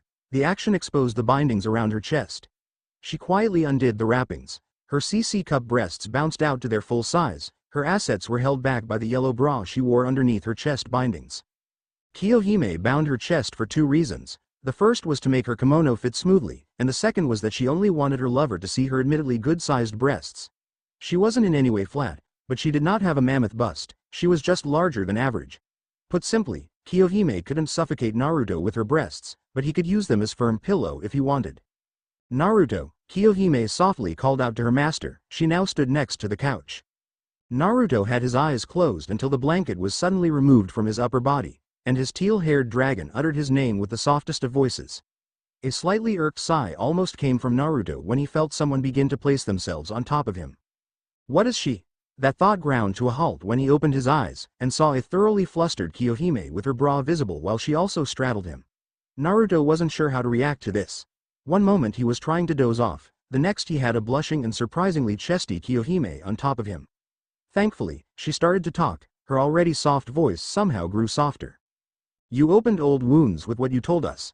Kohime lifted the blanket up to her shoulders, then laid on top of Naruto, her larger-than-average bust pressed firmly against his chest, their faces mere inches apart. The close proximity combined with blanket over both of them caused a light blush to form on Naruto's cheeks. Kohime's forwardness yet again proved to be highly attractive to him, her delicate beauty enhanced by this quality. He felt a hand begin to stroke the hair on the back of his head while another caressed his left cheek with the gentlest touch. Kohime began to close the gap between them, her eyes partially lidded. Let me ease your pain. When those words finished, Naruto felt soft lips against his, the feeling unlike any he had experienced before. Kohime felt one of Naruto's hand place itself on her right thigh, the other wrapped around her back, palm on the back of her neck as he pulled her closer. Both opened their mouths to allow the kiss to deepen, their eyes closed as whatever stress and tension that the day put on them melted away. Once again, Naruto woke feeling refreshed. This time however, he knew what the warmth on top of him was. Slowly, the blonde cracked open his eyes, and saw the still sleeping Kohime's bare shoulders. Must have slid her kimono off a little bit before we fell asleep. Naruto guessed mentally before he noticed that her arms were wrapped around his neck, and her forehead softly pressed against his left temple. He felt her hot breath on his cheek, and how tightly her body still pressed against his. The blanket no longer covered their heads so he could see the small amount of sunlight that passed through his curtains. Wait. Sunlight? The unofficial Genin's eyebrows furrowed and he became perplexed as more of his mind woke up. Naruto may not have kept track of the time after he began making out with the teal-haired dragon girl that slept on top of him, but he was pretty sure that it should be evening by now. How long did they sleep? Naruto turned his head to face Kohime, and softly pressed his lips against hers in a chaste kiss, the response slow but it soon sped up when he moved their bodies so that he was on top. Good morning, beloved. Kohime softly spoke after they separated, her yellow eyes shined with affection, and her cheeks pink from their position. Morning, Kyo-chan. Naruto replied with a fond expression as he began to caress her cheek. She leaned into his touch, and grasped the hand he used. He may have only known the woman below him for a day, but she showed more care for him than anyone before in his entire life, so Naruto was completely fine with the sudden jump in their relationship. Kohime looked a bit disappointed when Naruto got up, but knew that they couldn't lay together forever. Here. Naruto held out her bindings for her, but was surprised when she waved him off. We are home. Why should I restrict my body when it's just us? Kohime asked as she stood up, and walked to the kitchen. But Jack's here too. The draconic servant sighed as she opened the fridge and began to take out ingredients for breakfast, slightly annoyed at the lack of variety but knew that the blame lied with the bigots in this village. She spoke when Naruto joined her in the kitchen to get a glass of water. Yes, but this is our home. Kohime emphasized the dual ownership, and turned to face him while he looked at her with his peripherals. I see no reason to hide myself as long as outside individuals are not present. Naruto somewhat understood what she meant then. Basically, if there was nobody around, since Naruto still could hear Jack's snores, Kohime wouldn't bind her chest. In short, behind closed doors, Naruto got to see her unbound unless someone else was present. Not a bad deal. What time is it? Naruto questioned as he looked at the clock in his electric stove oven. Hey. 9 o'clock. Undoubtedly, the two try-hards on his team were waiting for both him and their sensei, probably hungry from foolishly following advice that was counterproductive. Naruto took off his shirt, and threw it into his laundry hamper in the small laundry room that came with the apartment, then told Kohime he was going to shower. A blush formed when Kohime wondered what her husband looked like shirtless but decided against peeking. If I do that then he'll miss the test. Kohime warned herself as she heard the shower head turn on. Since there wasn't much available, Kohime decided to repeat yesterday's breakfast, except she was going to put a touch of pepper on the eggs. She had used the majority of relatively higher quality ingredients that Naruto owned for his bento yesterday, and had been given the turkey leg as a free sample by a newly opened butcher shop while she walked the same path Naruto took as Leonidas forced him to run. She had actually come out after the first poke, and followed from there on. Naruto wasn't moving that fast given the weight on his back, so she was never too far behind. I guess I'll have to go shopping to make a lunch for Naruto and his sensei. Kohime sighed with closed eyes. She remembered Naruto's plan from yesterday, and saw it as a good way to start paying back the pink weakling for her blatant disrespect towards Naruto. Of course, if Kohime had her way, Sakura would be a statue of ash. But I don't want to go shopping alone since someone may give me trouble for being with Naruto. Kohime focused on the problem at hand. Naruto was given enough money to buy a decent amount of food for 4 people that would last a week, but he was always overcharged, so he had to buy cheap to make it last. There was a possibility that someone would try to do the same to her, which would probably result in a torched shop. Not to mention a melted shop owner. I guess I'll ask if someone can go shopping with me, Kohime decided as she retrieved her bindings and began to rewrap her breasts. The dragon was keen on Naruto, and only Naruto, being allowed to see her without the bindings. It was his right as her husband and master. Kohime belonged to him, forever and always. What are you doing? Kohime turned around to see Jack staring at her sleepily from the doorway of Naruto's bedroom. The broken girl rubbed her eyes as she walked barefoot towards Kohime, hunger in her eyes as she saw the food that the taller female had been preparing for the past 5 minutes. I'm binding my chest to make my kimono fit better. The Berserker had resumed her previous activity while keeping an eye on the eggs as they cooked on the pan. Kohime grew surprised when the Ripper intently observed her actions, watching as the horned woman wrapped a tan, gauze-like fabric around her chest. There. Kohime pulled the kimono back over her shoulders and made sure that the cloth covered her bindings properly.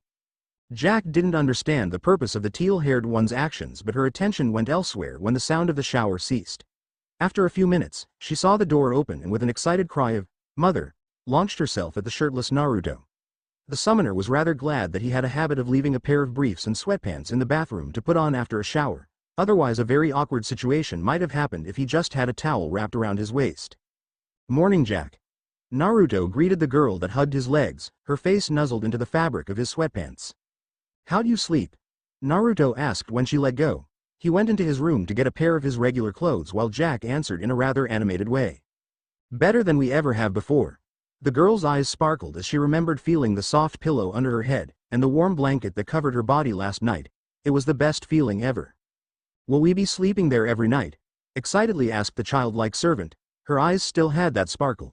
Kohime silently froze. That was Naruto's. "Yeah, I prefer the couch anyway," Naruto confirmed when he came out, and patted Jack's head before he walked to the kitchen. He raised a brow when he saw Kohime slouched over with a raincloud above her head. Naruto sighed internally. The reason for her mood was easily deduced, seeing as how since that was his room, that was supposed to be their bed. Naruto could tell that Kohime was deep into her funk, and an idea came to mind that appealed to his mischievous side. With the female servant distracted, Naruto silently crept up behind her, slowly put his mouth a small space away from her ear and blew softly into it. Kohime's face was scarlet as she jumped in surprise at the blonde's actions, and pouted at his amused grin. "That's not nice," mumbled the dragon girl as she tried to glare at him, but her blush just made it look cute. Naruto gently smiled as he placed his hands on the sides of her head and pulled Kohime into a kiss that, despite his successful attempt to get under her skin, she didn't fight. Kohime's eyes closed as Naruto took over the rest of her senses. His smell filled her draconically enhanced nostrils, her equally heightened hearing picked up his steady heartbeat, his touch numbed her skin, and he captivated her sense of taste. Kohime wished that she wasn't preparing breakfast so the kiss could last longer, but Naruto needed to eat, especially since he didn't eat dinner last night. After the short lip lock, Naruto left Kohime to her cooking, and grabbed both his headband and the knife near it. He then went to the couch, put the headband in his pocket, and held the knife in a reverse grip with the point towards the floor about a foot away from his suddenly intense gaze. This knife, for the past 8 years he had taken care of it, hidden it, and trained with it to where he was at least comfortable using it. He would wait for when a dagger user in the deck appeared and ask if they wouldn't mind giving him tips or to teach him a variant of their style. The weapon that was intended to kill me, how ironic that I will now use it for my own protection. Naruto shook his head before he removed the kunai holster on his left leg and cut the bottom inch off to fit his knife. Maybe he would name it, but not now. Kohime had finished breakfast, Jack already at the table. Once more, Naruto stood up as he ate. "Naruto, may you summon a servant to go grocery shopping with me? We need food," Kohime requested after she swallowed some rice. Naruto simply nodded as he mentally asked around. A male voice volunteered, and Naruto told him to come out. As a bronze haze came out of the deck, Kohime quickly went to the counter where another plate of rice and eggs sat, brought it back to the table and placed it in front of the newcomer. He gave a quick thanks before he took the offered pair of chopsticks and began to eat. This new servant was a young man that stood at 5 foot 8 inches, possessed pale skin, short white hair, and light blue eyes that had intelligence along with a buried regret. A dark brown trench coat that had a high collar that went up to a little past his ears hid a majority of his body from view. The ends of the sleeves had a white design that looked like multiple rectangles lined evenly around the wrists. Another white design that was like a cross-inspired sword went down the middle of his coat, the rounded tip at the bottom with 2 points that extended out the main line horizontally, and had two more, shorter lines that extended vertically at halfway to the end of the horizontal extensions. At the top, the collar of a white shirt could be seen in the gap of the larger coat collar, and from that smaller collar, a reddish cloth was tied around his neck. "Thank you for the meal." Charles Henri Sanson, a two-star assassin, showed his gratitude for the food Kohime provided him. Despite what his class suggested, Naruto knew that Sanson was actually the fourth head of a family of executioners that were also physicians. Kohime simply gave her fellow servant a smile in acknowledgement before she spoke to him. "It is the least I can do since you offered to accompany me." "It is more than enough," Sanson modestly replied, then turned to Naruto. "Master, you need not to worry about these villagers. I will execute all of those that wronged you should the order be given." Sanson had rather strong feelings towards the highly unjust, cruel treatment Naruto had directed at him. It made the executioner remember how he was scorned for his occupation during his life. "Thanks for the offer, but, for now at least, I'll have to pass," Naruto told the third male servant he has seen. A nod was given in return and Sanson took everyone's plates then put them in the sink to be washed later. Kohime stood up and announced that she was ready to leave. Naruto gave her all the money in his wallet, which was then put in one Sanson's coat pockets. Kohime pecked her beloved on the cheek in farewell before she departed with her escort. The white-haired man assured that he would watch over Kohime then shut the door leaving Naruto alone with Jack. The blonde master recalled what he told Jack about clothes the day prior to this one, and figured that he would get an idea of what she would like. He also called out Matahari to get her input as well. The stripper-dancer sat down where Kohime previously had with her arms laid crossed on the table. "So Jack," Naruto got the unstable servant's curious eyes on him with the questioning tone in his voice. He figured that he'd start with getting a cosmetic feature out of the way first. "What colors do you like?"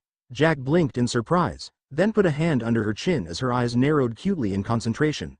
She thought for a few moments before she mumbled an answer, too shy, or too unsure to speak louder. "Can you speak a little louder, Jackie? I really would like to know," Naruto requested kindly, walked over and began to pat her head softly, which made Jack blush at the affectionate contact. Naruto continued patting her head for a few seconds, then he stopped. "I like blue," Jack began slowly, but gained a bit more confidence when Naruto and the barely clothed woman gave her patient smiles. "And yellow and orange," Jack for the ground more interesting to look at soon after she finished. Both Naruto and Matahari sighed internally. Her favorite colors were Naruto's eye, hair, and clothing colors respectively.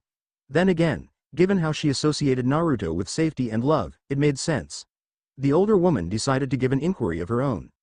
"Hello Jack, my name is Matahari." The lower-starred assassin introduced herself kindly. Jack gave her cautious attention. "Do you mind if I ask you what kind of clothes you would like to wear? Perhaps a jacket, a dress, or some shirts?" Once more, Jack had to think, but this time her answer wasn't based on Naruto's outfit. "I just want something warm. Something to keep the smoke out of my eyes and lungs." Both Naruto and Matahari saw Jack's eyes gain a traumatized gaze when she started to talk about smoke, but it faded when she finished. At least the older two now had an idea of to get her, but Naruto kept that look in Jack's eyes in the back of mind. "Thanks Jack." Naruto gave the girl a few more head pats, her light blush returned and he told her to go to the couch. Upon her immediate obedience, Naruto picked up a remote from the counter and turned on the television to a channel that was focused on animals. Jack was captivated by what the screen displayed. The two older individuals looked at each other after Naruto sat down. "Well, we know that she would like a jacket." Naruto nodded in agreement with Matahari's statement. "A regular shirt and some pants would work with that," Naruto added, then spoke further. "She doesn't have socks, so we should get her a couple pairs with regular shoes." "Okay." She also wanted something to keep smoke out of eyes and lungs. "Any ideas?" Matahari asked her master, unsure of anything other than a surgical mask. Naruto thought about that for a few minutes. "You think a scarf would keep smoke out of her lungs?" Naruto tilted his head as he asked the busty woman. She nodded in confirmation. Her breasts bounced with the movement which made a light blush form on Naruto's cheeks, his gaze now stuck on the completely exposed top of Matahari's massive cleavage. The gaze was caught by the owner of the valley Naruto stared at, and a teasing glint flashed in her eyes before a sultry expression overtook her features, and her eyes became half-lidded. "Master." Naruto's ears didn't register the softer tone of Matahari's voice, but when she stood up Naruto snapped out of it. He looked up to Matahari giving a type of smile that he had never seen before. It was kind, but there was an unknown intent present. She then began to slowly step towards him with a sway in her hips. The curves of her lean body rose and fell with each moment. Naruto felt blood flood his cheeks as Matahari drew closer, unable to resist when she reached his seated body. The master felt his pants get tight when the beautiful dancer sat on his lap, her arms around his neck, breasts inches from his face, and her warmth laid directly on top of his throbbing erection. My master, Naruto could barely lift his head to face Matahari, her expression one of longing and desire. Both emotions proven genuine by her eyes. Her luscious lips drew closer to his, gray eyes closed. I want to, but, Kiyohime. However, Naruto's promise to Kiyohime was known to the woman on top of him, so she switched her target to his forehead. Naruto felt her warm lips stay for a few moments, then they left as she tilted his head up further. Not yet, she spoke teasingly as her womanhood grinded against Naruto's tented shaft. With a wink and her face set in a taunting expression, Matahari quickly got off, went to the couch and made sure that her butt jiggled as she walked. Naruto pouted at her, which resulted in another tease as she bent at the waist, her firm, round buttocks thrust out while she leaned on the couch's armrest. Naruto's pout deepened when she looked back at him sideways with a smirk, and shook her ass a little. That uneven skirt did not cover her undergarment, at all. This isn't right. Despite Naruto's raging erection that burned with desire for Matahari's sexy body, Naruto was glad that his promise to Kiyohime wasn't in danger of being broken. Still, he could have done without being blue-balled, especially by her. This is payback for yesterday morning, wasn't it? With a sigh, Naruto stood up and went to the kitchen to get Matahari's rear out of his vision. Her giggle didn't help, it only made him want to hear it with a different tone. Stop. I already promised Kiyohime that she'd be my first. Naruto reminded himself, or more specifically, his libido that had been awakened with a vengeance. Zeltrech wasn't just getting decked, Naruto would make sure to kick him in the balls. Grasping the handle on his fridge, Naruto pulled it open and grabbed a bottle of water, and began to chug it. Hopefully, his hard-on would go away soon. Naruto also hoped that Kiyohime would come back soon. The possessive dragon was the perfect deterrent to Matahari's teasing. Thankfully for Naruto, Matahari ceased to tease him after her latest success at getting a powerful reaction from him. The servant actually returned to the deck a few minutes after. Once Naruto had gotten his arousal under control, he left the kitchen, and sat with Jack. The two viewed the program together. Apparently, this was during a yearly event shown on the channel called Shark Week, creatures that seemed to greatly interest Jack. It was 10:30 when Kiyohime came back, and Naruto could only hope that nobody was dead when he saw her expression. Her eyes were dangerously narrowed, and her lips were set in a deep scowl. Sanson, who looked scared for his life, walked in with multiple plastic bags, and set them on the kitchen counter while Kiyohime walked into Naruto's room. What's got Kiyohime so upset? Naruto asked Sanson when the other man stepped out of the kitchen to take his shoes off, and remove his coat which he neatly folded and placed on back of one of Naruto's chairs. The executioner signaled for Naruto to follow him into the kitchen, and he did after he gave Jack a few more pats on the head. So what's Kiyohime's problem? Naruto asked when they both were in the kitchen, putting away groceries while they talked. Sanson sighed before answering. In addition to the store owners trying to get more out of us, Naruto rolled his eyes at that. Greedy bastards. Some girl with white eyes walked up to Kiyohime and started asking questions about her relationship with you. Naruto facepalmed as Sanson continued. Damn it, Hinata, you should have just left this alone. It was obvious that she was trying to fish for information. For what, I have no idea, but her inquiries nearly made Kiyohime release her noble phantasm. Naruto sighed. He decided to drop the Hinata issue for now, and focus on getting Kiyohime to calm down. Once the foodstuffs had been put away, Naruto went to the doorpost of his room, and saw that Kiyohime sat on the edge of his bed that faced away from the door, towards the window. The Berserker class was quiet, and was repeatedly inhaling and exhaling in an effort to calm down, a good idea, but Naruto had a better one. He knocked on the wall to announce that there was someone entering the room. Kiyohime didn't outwardly show that she heard the sound, but Naruto knew that she sensed his presence. Hey! Naruto softly spoke when he seated himself next to the unhappy dragon, her hands laid on the blanket of the bed, and tightly grasped it. Kiyohime's eyes were open, pointed towards the wooden floorboards. They turned to Naruto when he sat down. Neither said anything, not that what Naruto was about to do needed words. He gently grabbed Kiyohime by her sides, pulled her on top of his lap before he wrapped an arm around the woman on him, and pulled her towards him. Both their eyes closed as their lips met. Kiyohime put her thin arms on Naruto's back. Her dainty hands gripped his jacket surprisingly tight as their kiss deepened. Kiyohime felt her master's hand on the right side of her face, the palm gently laid on her cheek. After about a minute the two separated. Better? Naruto asked with a soft smile. Kiyohime's light blush with a slight smile with shifted eyes were her answer. The servant's expression was just so adorable to Naruto that he pulled her in for another kiss that lasted a small amount longer than the previous. "You're cute when you blush," Naruto commented after they separated. His words caused a bit more pink to appear on her visage. "What would you like me to make for the bentos?" Kohime asked as she somewhat regrettably removed herself from her beloved's lap. Naruto had his hands on the bed's edge as he answered, and made Kohime smile excitedly with anticipation. "Surprise me. Do whatever you want." He gave her free rein. Within the second after Naruto finished, the girl that had previously been in front of him disappeared, and the sound of the fridge being opened told him that Kohime was already in the kitchen. The teenage genin raised a brow after he looked back out of his room. E-rank agility wasn't something to look down on, given that it meant a servant moved faster than 10 humans at the peak of their potential. I doubt a Jonin could keep up with her if she really wanted to move. Then again, Naruto wasn't sure if Zeltrech designed these cards to scale to this world, or the one that the meddling man was from. Maybe today's test would allow for that to be seen, but given how fast Leonidas moved the night Naruto got the deck, the former seemed to be the most likely. But Naruto also had to remember that he had no idea what the limits of humans were in Zeltrech's home dimension, so it could go either way. Pushing himself off the bed, Naruto walked back out. The smell of meat already was in the air. Jack still sat on the couch, but her gaze was directed towards the kitchen where she could see Kohime as she prepared the food. Naruto held in a few chuckles as he went to where his adopted daughter sat. Her lack of proper clothes for her lower body still bothered him, but he knew that issue would be settled today. Jack's attention immediately diverted to Naruto. She leaned against his side, and closed her green eyes in happiness when Mother wrapped his arms around her. "Mom?" Naruto looked down to see Jack staring up at him, a slight increase in her confidence from last time.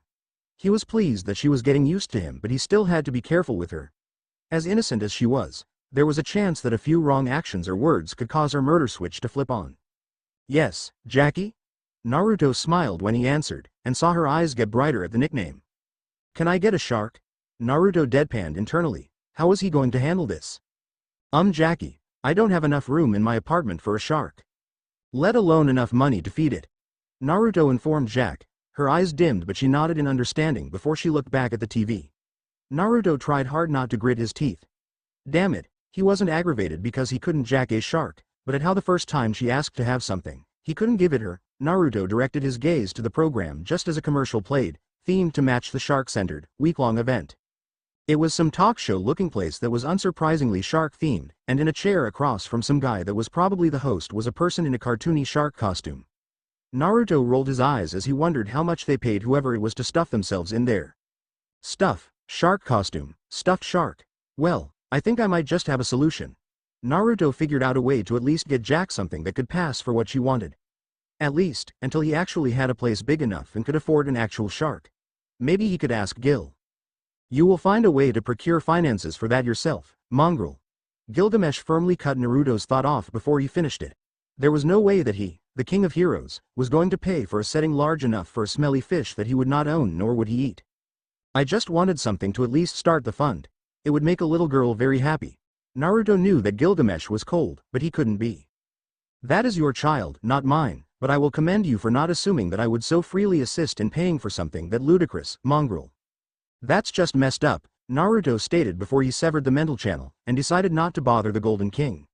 He did make a note that there was the smallest trace of surprise in Gilgamesh's voice after Naruto told him that he merely wanted advice. Were his previous summoners that bad? Deciding that he was off track, Naruto looked back at the noticeably down Jack and tapped her arm with the hand that was wrapped around her body. She looked up at him curiously. "I know that it's not the real thing, but when I go to get you new clothes, I can look for a toy shark. Will that be enough for now?" Jack's eyes widened before she excitedly nodded positively, then returned to her previous position in a much better mood. Her lips formed a wide smile that was closed. Naruto glanced at Sanson from the corner of his eye. The male servant gave an approving nod, as if to say, "Nice save." For the way Naruto handled that. Naruto returned the nod, and went back to the show. The commercials over.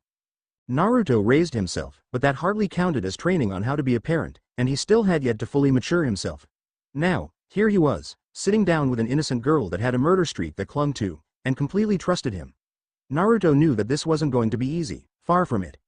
Kohime would undoubtedly support him, but only him. Jack wasn't important to her, not in the way he was or close to it. Then again, Jack isn't a baby, so this can't that bad, right? Naruto thought uncertainty, unknowing that his musing was heard by the servants. Most felt pity, silently wishing Naruto the best. Others ignored it while some felt a resolve to help in some way. Two servants in particular had thoughts of varying levels of interest in Naruto. A bit of a rebel but knows compassion, and doesn't care about one's past. I think that I may just have to meet him in person, thought a certain caster in regards her new master. Naruto had an interesting mindset, one that piqued her curiosity. Another servant, this one also female, but of the Berserker class, with her thoughts were more benevolent towards Naruto. My master, a child without a mother, a crime that I shall not let continue. It was 11:30 when Naruto left for the test, the bentos inside of a small backpack that he owned, the custom-made knife held in the kunai holster he modified earlier. Kohime had sent him away with a kiss. Jack returned to the deck while Sanson chose to go to a library and pick up a few books on the history of the elemental nations. Quite a few servants wanted those books to learn more about this world and more specifically, the shinobi that populated it.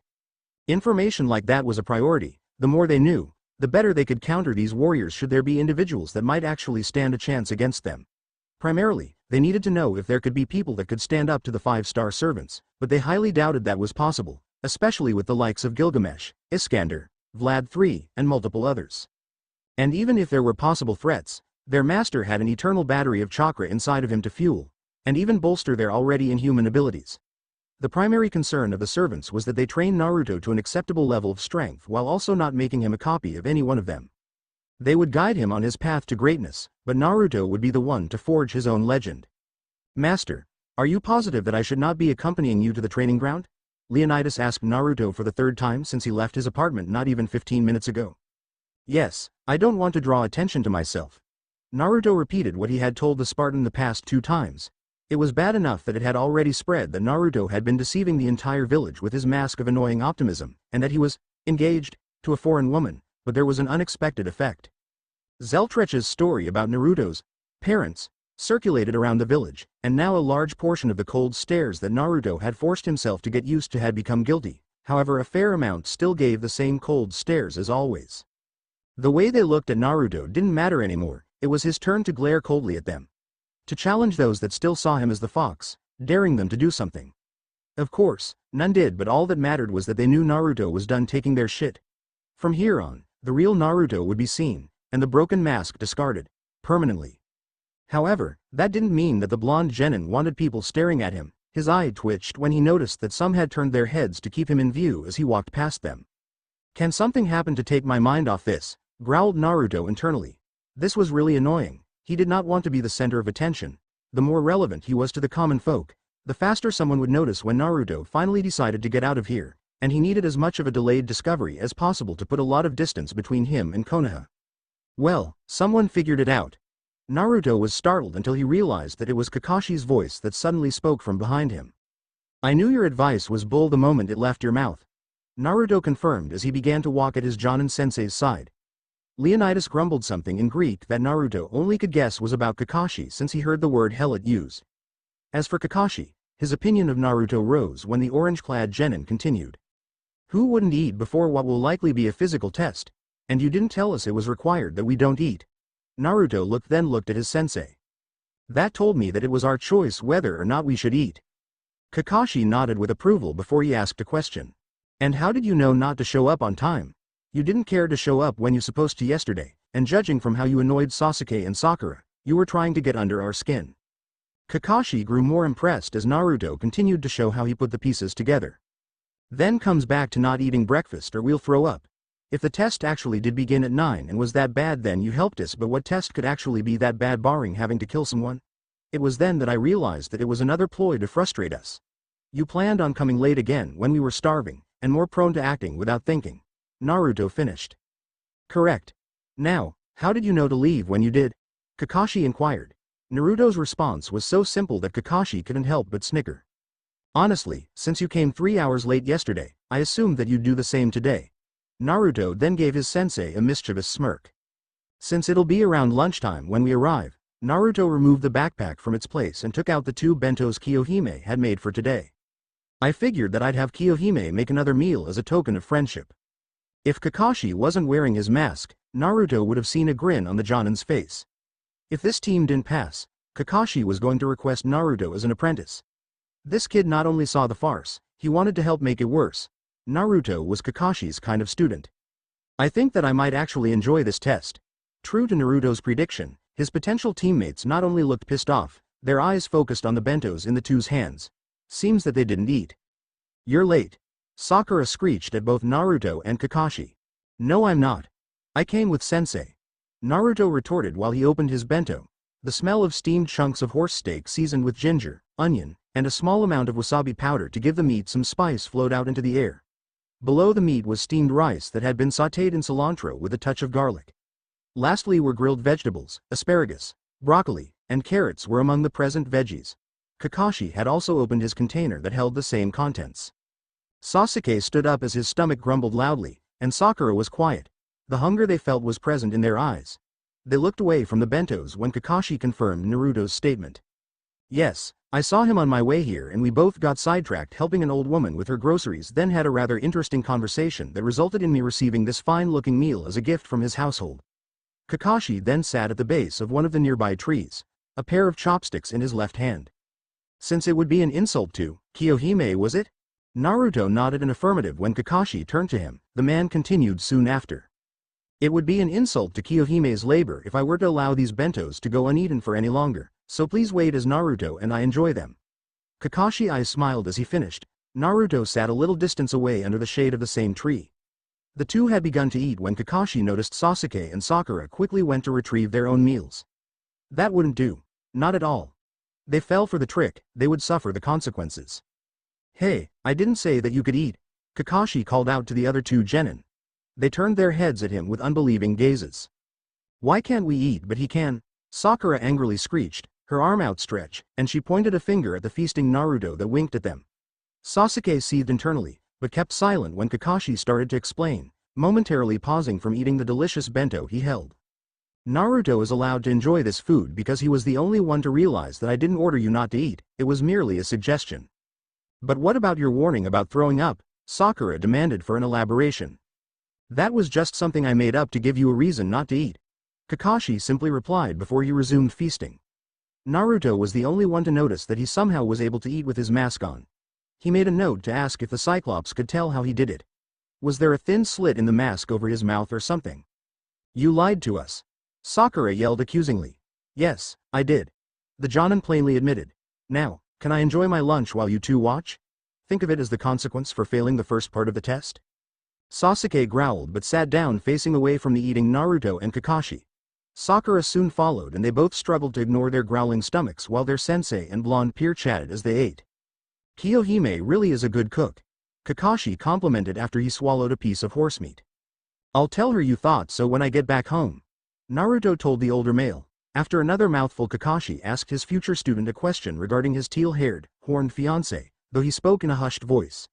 The Hokage had informed Kakashi about Naruto's deck, where and, more importantly, who gave him that deck. So, you're hooking up with a summon? More like she claimed me, but I'm not complaining. Kohime's an 18 to 22 on the 10 scale of hotness. Kakashi raised a brow. Not to judge only on her body, she binds her chest. Naruto calmly interjected, his sensei accepted the explanation. Kohime has CC cups. Naruto added, the Jonin gave a low whistle at that. For a woman of her body type that's a pretty good size. Naruto nodded in agreement. Kakashi then asked another question, hoping to get more information on that deck. How many summons do you have in there? Naruto hesitated before he answered. 300. And they're all like Kohime? No, Naruto began to correct the Jonin's assumption. They're ranked from 1 to 5 stars, 5 being the strongest. Kohime's a 3-star glass cannon. So she has a high damage output with low resilience? Yeah. Naruto confirmed, but his next words told Kakashi that they were done with this topic. Now, tell me about yourself because I have a 5-star that doesn't want this conversation to continue. Kakashi sighed, but took what he could. Perhaps it would be better to wait until he met one of these servants. For himself. 300 cards in one deck, and they could communicate telepathically with Naruto. Definitely not a normal contract. How about you and I get some food after this? We'll talk more there. I'm fine with that as long as you're paying. Naruto agreed to the proposal. The two had finished their meals and got up. Kakashi announced that the test was about to begin. The previously eating males were glared at by Sasuke and Sakura as they all walked into a green field surrounded by thick walls of trees. Kakashi signaled for the untested genin to stop while he continued a few more steps, then turned to face them. For your test to prove that you are truly ready to be genin, all you have to do is snatch one of these bells from me in 1 hour's time. Kakashi explained as he held out two small bells that jingled on the separate pieces of red string that they hung from. But sensei, there are only 2 bells. Sakura pointed out the obvious but relevant detail. Kakashi gave them another eye smile. Yes, the person that doesn't get a bell will be sent back to the academy. Kakashi kept his single eye smiling as he revealed that detail rather pleasantly. Despite the carefree tone in the Jonin's voice, all 3 teens instantly felt tension rise between them. Sasuke's eyes burned with a cold determination. He refused to go back. Sakura was shaking on the inside. All her work over the years, and it was going to be decided within a single hour if she was ready. Nobody prepared her for something like this. While Sakura had an internal meltdown, Naruto had a mask of resolve to cover the confusion he actually felt. How was something like this allowed? Or was this another one of Kakashi's tricks? Is he playing or is this real? The untested teens didn't get to think about it for even a minute as Kakashi gave them a last-minute tip as he pulled out a timer from his pocket and set it for an hour. In order to get a bell, come at me with the intent to kill, or prepare to spend another year at the Shinobi Academy. Now, Kakashi saw the genin tense when he walked back around a meter away further with his hand on the button that would start the countdown. Begin. With speed proper of genin, all 3 of the hopeful graduates fled into the nearby forest, hidden among the bushes and overgrowth. Kakashi was pleased with their concealment skills. Of course, this level was expected from greenhorns, but they weren't going to get a bell by hiding, and the Jonin didn't feel like waiting for long. 5 minutes, then I'll give them some motivation. While the Cyclops stood in the middle of the field, Naruto had his back against the side of a tree that was on the left edge of the forest from behind the Jonin's perspective. The summoner would have spent this time planning on how to engage his possible sensei, but the 5-star that ended the talk with Kakashi had a few things to say. Insolent mongrel. Not only did you foolishly reveal our numbers, you allowed them to know our ranking system, going so far as to provide information on one of us, sharply scolded Gilgamesh, clearly displeased with that decision. A few other servants agreed with the Golden Archer, but they were nicer about it. That was an unwise decision. It is best to keep the amount of one's troops hidden unless the number is so massive that such knowledge would have better use in lowering enemy morale. Counseled Iskander, the king of conquerors, and a 5-star rider. Naruto, contrary to what they thought, actually had a valid reason for sharing what he did. I understand your concerns, but I felt that it would have been best to give them something to make myself appear cooperative. Naruto heard Gilgamesh tell him to explain himself, quickly. The deck is something completely unknown to them, and none of you existed in this world. Naturally they would want information on what they're dealing with, especially given that I'm the one who has it. Naruto paused when he heard Sakura's high-pitched scream. Kakashi was hunting them. Time to get to the point. If I had refused to share intel on my contract, then they would begin to closely observe me, which is the last thing any one of us want, especially me, since if I'm being watched, whatever sensei I get will be ordered to keep a close eye on me, so my chances of running off without detection decrease drastically. Naruto heard the sounds of a fight of the side of the forest opposite to his. Sasuke now engaged the Jonin. He gave his final piece. He needed to move soon. Since I threw them a bone, their minds are at ease since my loyalty to them is intact, and they will likely view that I was cut off as either you're all weaker than they thought, or a summoning partner wants to keep details hidden. Naruto finished. Murmurs of agreement followed, and Iskander gave a pleased hum at Naruto's tactical thought process. Give the enemy true information as a decoy while keeping the truly important details hidden. The boy was thinking like a military leader. So it seems that you're not as foolish as I had assumed, mongrel. Gilgamesh told Naruto, but soon added. However, you now have put yourself in a position where if your true intent, or deception is discovered, you will be branded a possible traitor and will have to fight your way out. I don't need to mention how difficult that would be given your current. Gilgamesh chuckled mockingly before he finished with, strength. Naruto sighed, his position now further into the woods. He sat inside a tree's particularly thick canopy, his chakra signature concealed. He had learned that trick from the Hokage a year back. The old man used it to bribe Naruto into silence when the blonde saw him reading an orange book with a nosebleed. Bah, if he needs a quick exit, my chariot will provide escape, Iskander shouted, clearly envisioning the unavoidable high-speed pursuit. Naruto gave the rider class a mental thanks before he tried to find a good vantage point that hit him the most effectively while it simultaneously gave him the best view of the valley. It took him a few minutes to find what he was looking for. Okay. You're back where you started. Naruto observed Kakashi back in the middle with an open book in one of his hands. Naruto put his hand horizontally against his forehead, just above the eyes to block the sun's light so he could get a better view. He had to stop himself from groaning out loud when he saw that the book was orange. My possible sensei is a pervert, Naruto lamented. Did that old man plan this? He did, didn't he? Naruto suddenly saw a glint of metal flash from a tree in Kakashi's blind spot. Well, what do we have here? Someone thought they could pull a fast one on a Jonin? This ought to be good. Kakashi had to admit that he was pleased when he sensed not only Sakura on his right but that Sasuke had stationed himself on the left. Perhaps burying Sasuke up to his head ticked the Avenger off enough for him to be willing to work with someone to get the bells. So these two unknowingly had figured out the real purpose of his test, but whether they could work together remained to be seen. Now, where was the summoner? Naruto hasn't been seen at all, and it's been over 10 minutes. Kakashi wasn't sure if it was possible to predict what the crafty blonde was planning, or if he was simply biding his time. Maybe the orange wearer was waiting for the other two to distract him and take the bells for himself, or he wanted them to tire him out. Kakashi wouldn't be surprised given how much hostility there was between these three if Naruto waited while the other two were repeatedly beaten and humiliated. Sadistic but understandable, especially given that Naruto let himself be Sakura's punching bag for years. Oh, they're attacking. Absently realized the scarecrow as he used 2 fingers to catch a pair of shuriken thrown from the right. And here comes Sasuke.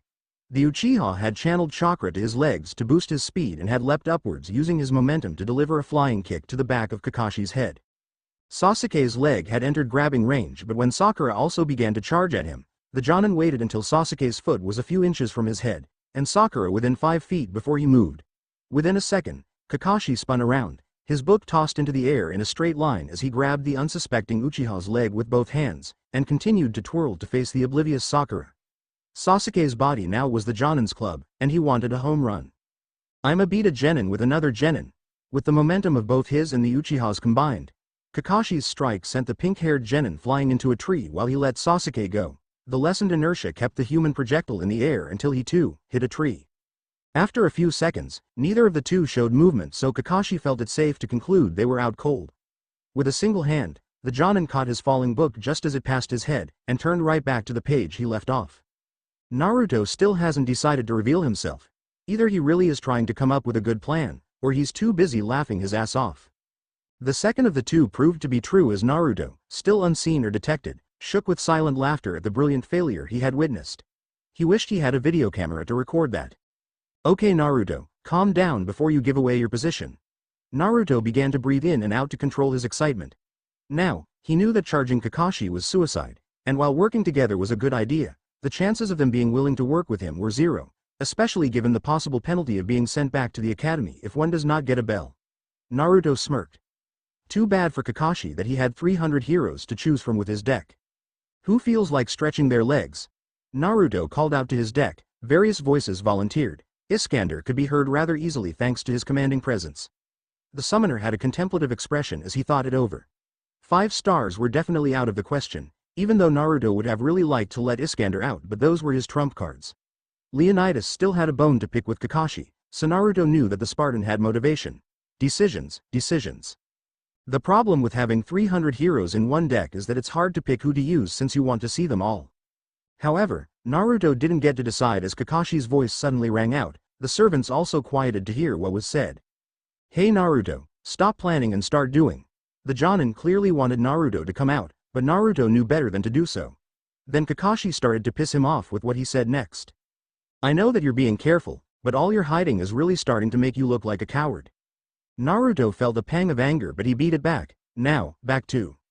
Then again, Kakashi cut his thought process off again. Now his words made Naruto grit his teeth. You've been hiding since you were what? 5? I thought your blow-up yesterday meant that you were done with hiding, or was that a backup persona that you prepared in case your first one failed? Okay. This just low. Commented a male lancer. The servants then noticed that Naruto had undone the clasp on the card case, and had put 2 fingers inside without thinking. Their heads whipped around to the source of a sudden roar that sounded in the middle of the silver-haired man's next taunt. Some of them gulped while others cringed. Gilgamesh simply smirked. Whenever a mongrel used that tactic, it always ended badly for them. This was just further evidence to why it's a bad idea to incense someone with access to an unknown power. That actually makes sense. Smart ones usually are cowards. Kakashi felt bad about using this tactic given that Naruto had extremely valid reasons for that mask, but this was a test of whether or not he could get a bell, and see where the Jonin needed to improve the blonde genin's ability. If Kakashi needed to use an underhand method to draw him out, so be it. He opened his mouth to shout again when every survival instinct the scarecrow possessed told him to move. Within half a second, Kakashi used the body replacement technique. A plume of smoke formed where he once stood just as the ground exploded at that position. Dirt and dust rose into the air and formed a smokescreen that obscured whatever had hit. Kakashi soon wished that he hadn't pushed that button on the blonde, because when the haze cleared, Kakashi went on a brown alert, and wished he wore brown pants. I screwed up. Where the previously shouting man once stood was a crater, and inside of it was a person clad in black full body plate armor. An equally black mist shrouded much of the detail on his armor. It seemed to form from the surface of the metal. The only detail that was truly discernible was the red glow that illuminated from a thin slit in the metal helmet. The knight was crouched with his right gauntlet coated with dust and dirt. As the mist-obscured man began to stand, Kakashi noticed the overwhelming rage and insanity that came off the knight in large waves. The red glow of the visor jerked towards the Jonin. RRRRRRAGGGGHHH. Kakashi dived out of the way just in time as the dark metal just barely scraped against his green flak jacket and tore away much of the material. There was another impact that shook the ground, but the Cyclops' body flickered away when he hit the ground. His body turned to where the knight hit the earth, another crater created from his armored fist. Kakashi ripped off the ruined flak jacket, now only in his navy long-sleeved shirt, pants, and shinobi sandals. The knight silently rose out of the crater and turned his body around to face the alert Jonin. With a rage-filled roar, the knight suddenly bent down and ripped a boulder-sized chunk of earth from the ground in front of him. What the hell? As the insane knight lifted the rock above his helmet with a single hand, its color transformed to a deep black that had a cracked red pattern throughout the entire structure. Kakashi wasn't allowed any time to dwell on it as the knight appeared right in front of him with an inhuman burst of speed. The boulder thrust forward like same kind of bludgeoning weapon. Kakashi sidestepped to avoid taking a full hit, but the blow once more glanced past him. The contact shredded his shirt and dug into his skin. However, unlike last time, the knight refused to allow the target to go away with only cosmetic damage. With an enraged scream, the knight swung the boulder in Kakashi's direction. Unable to maneuver out of the way, he took a devastating hit to the chest that knocked him across the field. Kakashi managed to catch himself despite the pain that erupted all over his torso. With heavy breaths, the Hokage stood up. The knight stood in the same place, the chunk of earth somehow undamaged. What kind of a monster did Naruto send after me? From his place inside of a tree's canopy, Naruto watched with glee as the 4-star Berserker Lancelot played with Kakashi. The summoner had been able to get the Black Knight to hold back, otherwise Kakashi would have been paced with the first hit. Strength A, Endurance A, Agility A+, Mana C, Luck B, and Noble Phantasm B. Naruto listed the ranks of the Berserker's stats. The first 3 alone made Lancelot easily one of the most effective of the 4-star Berserkers, but what made him unique was his Noble Phantasm, Knight of Honor. A knight does not die with empty hands. That ability allowed the insane Knight of the Lake to instantly make anything he touched into a weapon worthy of his legend, and he could use it with a mastery that was as if he had used that object as a weapon his entire life. Chopsticks could be used to block a sword, though only once, but that in itself was a terrifying example of the threat that skill possessed. Why did chopsticks blocking a sword come to mind? Momentarily wondered Naruto until he heard a roar from the servant that was quickly becoming one of his favorites. Previous thought forgotten, Naruto began to silently cackle to himself. No one calls Naruto Uzumaki a coward and gets away with it, as he happily watched Kakashi struggle to survive against Lancelot. A French servant grew increasingly concerned about Naruto. I need to help ensure the master doesn't go down a dark path, worriedly stated Jeanne d'Arc, one of the only ruler-class servants, all of which were 5-star. She had been concerned about Naruto from the beginning. Her anxieties stemmed from viewing his memories. From what she saw, her master was at a crossroad that leaned towards a dark path if he was not shown a better one. That did not mean Jeanne wanted him to stay in Konoha, where all of his emotional trauma originated, but Naruto was at a point where a small push in the wrong direction could spell disaster. However, now would be an improper time to voice her concerns. Jeanne would wait for Naruto to fall asleep, then she would call him into his mindscape to say what she felt was needed. Despite his issues, Jeanne saw qualities in Naruto that not many possessed. His mercy and compassion for Jack spoke for both of those traits. He could do great things, but like all imperfect men, Naruto was capable of horrid deeds. It was her duty to guide him on a path worthy of praise, especially given the power he had access to not just with the deck, but with what resided within him. Naruto. Call off the summon.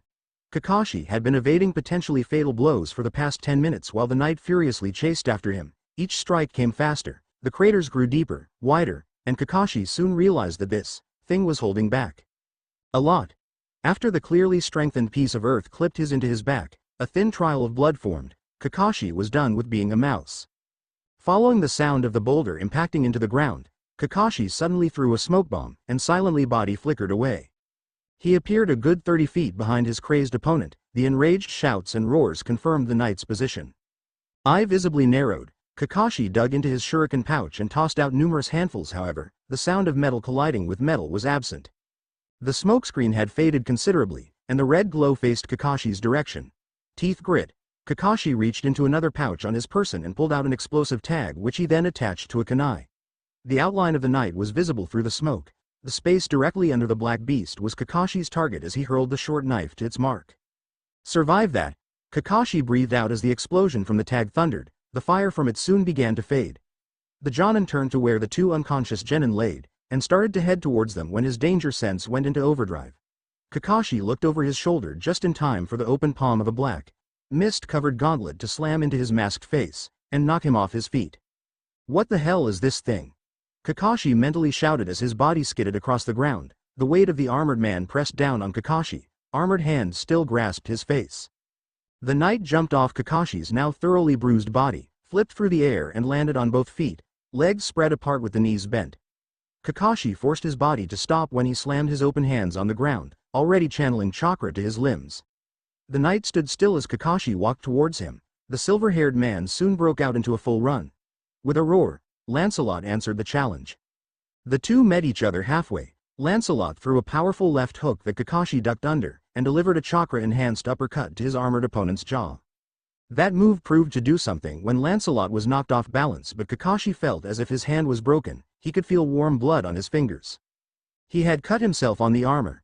Ignoring the pain, Kakashi moved to capitalize on the opening he had created, and swung his chakra-reinforced left leg into the knight's faceplate.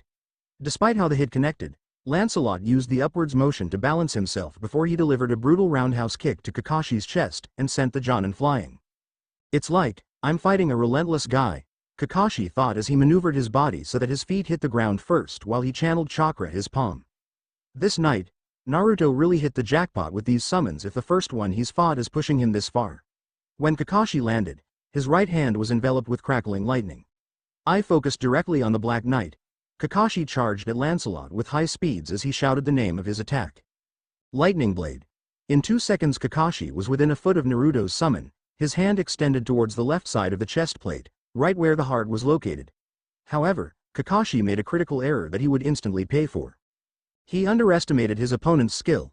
Kakashi's eye widened in disbelief as the knight sidestepped away from his attack at the last moment, kneed him in the gut, then delivered 3 jabs in rapid succession to the chest before he crouched and swept Kakashi's legs out from under him. The Cyclops was parallel to the ground around 2 or 3 feet above the air when he felt cold metal grip his throat. His lightning blade still active, Kakashi put everything he had into slamming his fist into the Lancelot's helm. The blow hit in the area of the left temple on the helmet, but before the jutsu could attempt to pierce the metal, Kakashi was swung in an upwards arc. Lightning-covered hand clawed at the helmet but found no grip. His throat was released in exchange for the wrist that was attached to the hand the jutsu was activated on. With bone-jarring force, Kakashi felt his body slam into the ground. The wind instantly left his lungs. A howl of anger and what Kakashi hoped was pain sounded from the knight. The lighting did do something, but it wasn't enough to truly harm the knight in a way that helped Kakashi. Still, the distraction was enough for Kakashi to body flicker into the nearby forest, a very comfortable distance away from the enraged roars of Lancelot. With heavy breaths, Kakashi rested in the top of a tree as he began to use the small amount of medical jutsu he knew to patch himself up. That thing was a fucking tank. Even worse, it was an agile tank with skill. Skill. How can someone reduced to roars and growls be that coordinated? And the explosive tag did nothing. Kakashi began to feel around his chest, checking for any broken bones or cracked ribs. Thankfully, he didn't feel any, but that would not remain true if he directly engaged the knight again. Especially with that unknown ability it had. That piece of the ground that it used as a weapon should have shattered after a few hits, but it lasted much longer with barely any damage, though the explosive tag seemed to get rid of it. Kakashi shook his head as he reached into a pouch and pulled out a few red pills before he lowered his mask. The solider pills were swallowed dry, and already Kakashi felt their effects temporarily energize him as he put his mask back up. It was time to get serious. Naruto, I really am going to enjoy torturing you with D-rank missions. There was no way Kakashi was failing this team. The other two showed teamwork, and Kakashi was not going to miss out watching his sensei's son grow into a fine shinobi. Kakashi knew about the BS parents that Zeltrech person made up. He found out about the summons when the Hokage briefed him about the deck. Kakashi gave a low chuckle as he reached for his headband. Those thoughts could be remembered later. Right now, Kakashi had to find himself a blonde summoner, and as he lifted his forehead protector to where it was straight, his left eye opened to show he had just the tool for it. Ready or not Naruto, there was still 15 minutes left in this test. Naruto had finally moved from his position. He now stood beside an unobscured Lancelot to examine the effects of the lightning jutsu Kakashi used. The many dents and scrapes that covered the armor of the Knight of the Lake spoke volumes of his ability to not only fight, but to survive. Well, at least we know that there's jutsu that hurts even servants. Naruto appraised as he examined the scorched parts of the helmet. The explosion didn't do much to Lancelot, but the lightning actually hurt the Berserker. It wasn't anything debilitating, but there was burn damage from the heat of the lightning on the metal over Lancelot's head, specifically, the temple area where Kakashi hit him. The red glow of the visor brightened as a growl vibrated from the insane knight's throat. I know you're pissed, but you can't kill Kakashi. Naruto crossed his arms as he denied Lancelot's unspoken request. He was able to understand berserkers that were too insane to speak due to the mental connection he shared with them. Of course, that didn't make it any less weird that he could. There was another glow accompanied by an angry grunt. How am I protecting him? Naruto demanded with a furrowed brow. I sent you to shut him up in the first place. This time a growl was followed by the glow flickering. Okay, I'll buy you weapons after this, but don't expect anything too pricey. Naruto told his summon, a grunt of acknowledgement given in return. Naruto sighed. He already needed to buy clothes for Jack, and now he had to arm Lancelot. Granted, Naruto knew how important it was to arm him since that type of combat was where Lancelot excelled. Once more, the problem was money. Naruto was finally allowed in shinobi-only stores, so him being overcharged probably wouldn't be an issue, but he still couldn't afford anything fancy, probably just a kunai sword, maybe a low-quality katana. Then again, since Lancelot can turn anything into a badass weapon, quality only mattered if the berserker actually liked the weapon. Sane people already don't like it when their toys break, so Lancelot would be a nightmare to handle if one of his broke. Naruto cringed as he pictured Lancelot going on a rampage if his actual sword, Erendite, ever broke. Thankfully, seeing as how the previously holy blade was a noble phantasm, such an event was extraordinarily unlikely if not impossible. As Naruto turned towards the immobile Sasuke and Sakura, he slowly exhaled through his mouth, glad that they hadn't seen Lancelot, or his duel with Kakashi. If they were awake, then they might have gotten the bells that Naruto had in his pocket. The Jonin was too busy trying to survive against the Black Knight to notice that they were cut from his pants when Lancelot cut him with a sharp part of the boulder. The Berserker had caught them as they fell. Naruto had received them when he went to the servant after Kakashi fled. Immediately placed in his pocket, Naruto knew that he had passed but felt uneasy. Now that his examination of the burnt part of Lancelot's helmet had concluded, and his thoughts regarding the night over, that uneasiness returned to Naruto. What was the missing piece? Naruto knew that the bells were really meant to divide them, but how could anyone pass if their team was incomplete? Naruto had always been told by the third that the teams always had 4 shinobi in a single cell. 3 genin, 1 jonin. What was Kakashi's endgame? What was the real point of this test? The bells were a distraction, but what was the true objective of this trial? Forget it. If it comes down to it, I'll just use Lancelot to make him pass us. Naruto decided. He soon heard a rather menacing chuckle rattle from Lancelot. Naruto shook his head. This guy sure did hold a grudge. Then again, Kakashi did burn a part of Lancelot's head when the lightning heated the metal.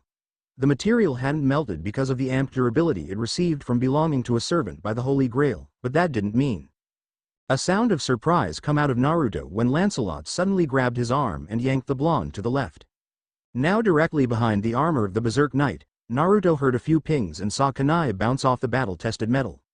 Those sounds ceased when the mist returned. A kunai somehow caught by the shadowy substance and brought to Lancelot's hand. Knight of Honor automatically transformed it.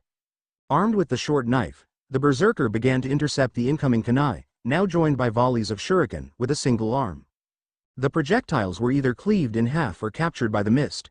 3 kunai were now held between the fingers of Lancelot's stagnant hand before the knight started to use both arms. The Berserker growled with a desire to hunt the Jonin that was undoubtedly the one hurling the weapons, but his instinct demanded that he not leave his master's side. Frustrated, Lancelot growled but did not move. Despite being a Berserker, none of the battlefield instinct, discipline, and most certainly not the skill he had honed his body to accept as second nature were affected by the madness enhancement that was the cause of his insanity. Kakashi huffed from the trees behind where the knight and Naruto stood. He had created a clone to bait the unusual summon away from Naruto, but for some reason, it wasn't working. What the hell is with this summon? Before it wouldn't give me room to breathe, now it's not moving an inch. Kakashi furiously gripped his hair, ready to tear some of it out. While they were indeed distracted, the hidden man knew that if he tried to get to Naruto, that knight would intervene, and he'd be back to running for his life. Visible eye twitching, Kakashi turned to his right and saw the unconscious body of Sasuke. With a smirk, Kakashi moved silently to the Uchiha. A plan formed in his head. Naruto stayed behind the protective armor of Lancelot. Quickly he realized that something was up when the Berserker did not break away to go after Kakashi. Naruto bit his lip. Had he underestimated Kakashi? No, the Jonin's lightning technique pissed off Lancelot a lot more than it actually harmed him. Something else was amiss. Leonidas, I'd like to have my bodyguard back, Naruto requested, and heard a rumbling chuckle in return. Not even 3 seconds later, the Spartan king stood with his back towards Lancelot. The plume of his helmet was alight once more. Head over his shoulder, the lancer gave the other servant the green light to begin the hunt. Just throw him over here when you found him. I'm not above double-teaming an enemy. Lancelot charged in the direction of the slowing barrage, disappearing in the foliage, yet his roars were heard. There were the sounds of wood being shattered, then nothing for a few seconds before the loudest scream of rage come out of the forest. Leonidas whistled while Naruto shook his head with a smile full of pity. Kakashi really needs to stop pissing him off, Naruto stated as Lancelot stomped back to the other two. The mist obscured much of his posture, but the loud growl was the only proof needed for Naruto's claim. Not that anyone would disagree with him. So what happened? Naruto asked when the knight returned. Clearly aggravated grunts were the reply. You stabbed him and he turned into a cloud. Naruto translated. A positive nod was given. Probably just used smoke to cover his movement. Naruto rationalized, since it was taught in the academy that some shinobi did do that when using the body flicker. This time a negative nod was given with a few hisses, and Lancelot held out one of his clawed gauntlets for the shorter master to examine. This time, Naruto understood when he saw that no blood dripped from the metallic tips. He communicated with both servants mentally in case Kakashi could somehow hear them if they spoke out loud. Leonidas, watch the rear, Naruto instructed. It seems that Kakashi has an advanced clone technique, one that apparently lets him create solid copies of himself. Ah, so I can cleave off the helot's head multiple times, Leonidas exclaimed with a hearty laugh as he got into position, shield forward, and spear held in downward thrusting position. Lancelot stood to the front, the kunai held between his fingers once more with his arms held in a position to intercept any projectiles. As long as it's not the real one, then yes, Naruto clarified as he looked around. Eyes scanned the trees for any sign that Kakashi may be in, or had been there. As Naruto searched, Leonidas saw the black-haired boy begin to stir. What was his name again? It seems that one of your fellows is rousing from sleep. Naruto turned to where he saw Sasuke land after Kakashi used him as a club, and saw the Uchiha slowly pick himself up. Naruto softly touched the bells in his pocket in a way that didn't make them jingle as he considered giving Sasuke one of them. If Kakashi's BS about one of them being sent back to the academy was true, then while Naruto didn't like Sasuke, he sure as hell preferred him to Sakura. Still, Naruto knew better than to believe the words of someone that openly and causally admits to lying to his students. Not to mention someone that told them to do one thing, but wanted the exact opposite. Son of a bitch, Naruto felt it click. Everything suddenly came together. It happened at a good time too. Sasuke had finally shook the cobwebs out of his head, and began to head over. Naruto noticed that his coal-black eyes cautiously went to Lancelot before they quickly went to him with a narrowed expression. Who is that? Remember when Iruka said I had summons? Well, meet servant Lancelot. Naruto answered before he signaled Sasuke to come closer to him with a hand. Eyebrow raised, the Uchiha walked over with slight curiosity on his stoic face. Once the other boy was within the space between Leonidas and Lancelot, Naruto began to share his realization with him. Sasuke, this whole getting sent back to the academy thing is bull, it's just another one of Kakashi's games. Naruto told Sasuke. The dark-haired Uchiha gave him a skeptical stare. Naruto rolled his eyes but knew that if their roles were reversed, he would also be suspicious given the perceived stakes. Think about it. Naruto decided to appeal to Sasuke's logical, rational side by telling him the evidence that proved his point. First, Kakashi admits to lying about the reason why he didn't want us to eat. Second is how we were taught that every squad is comprised of 4 shinobi.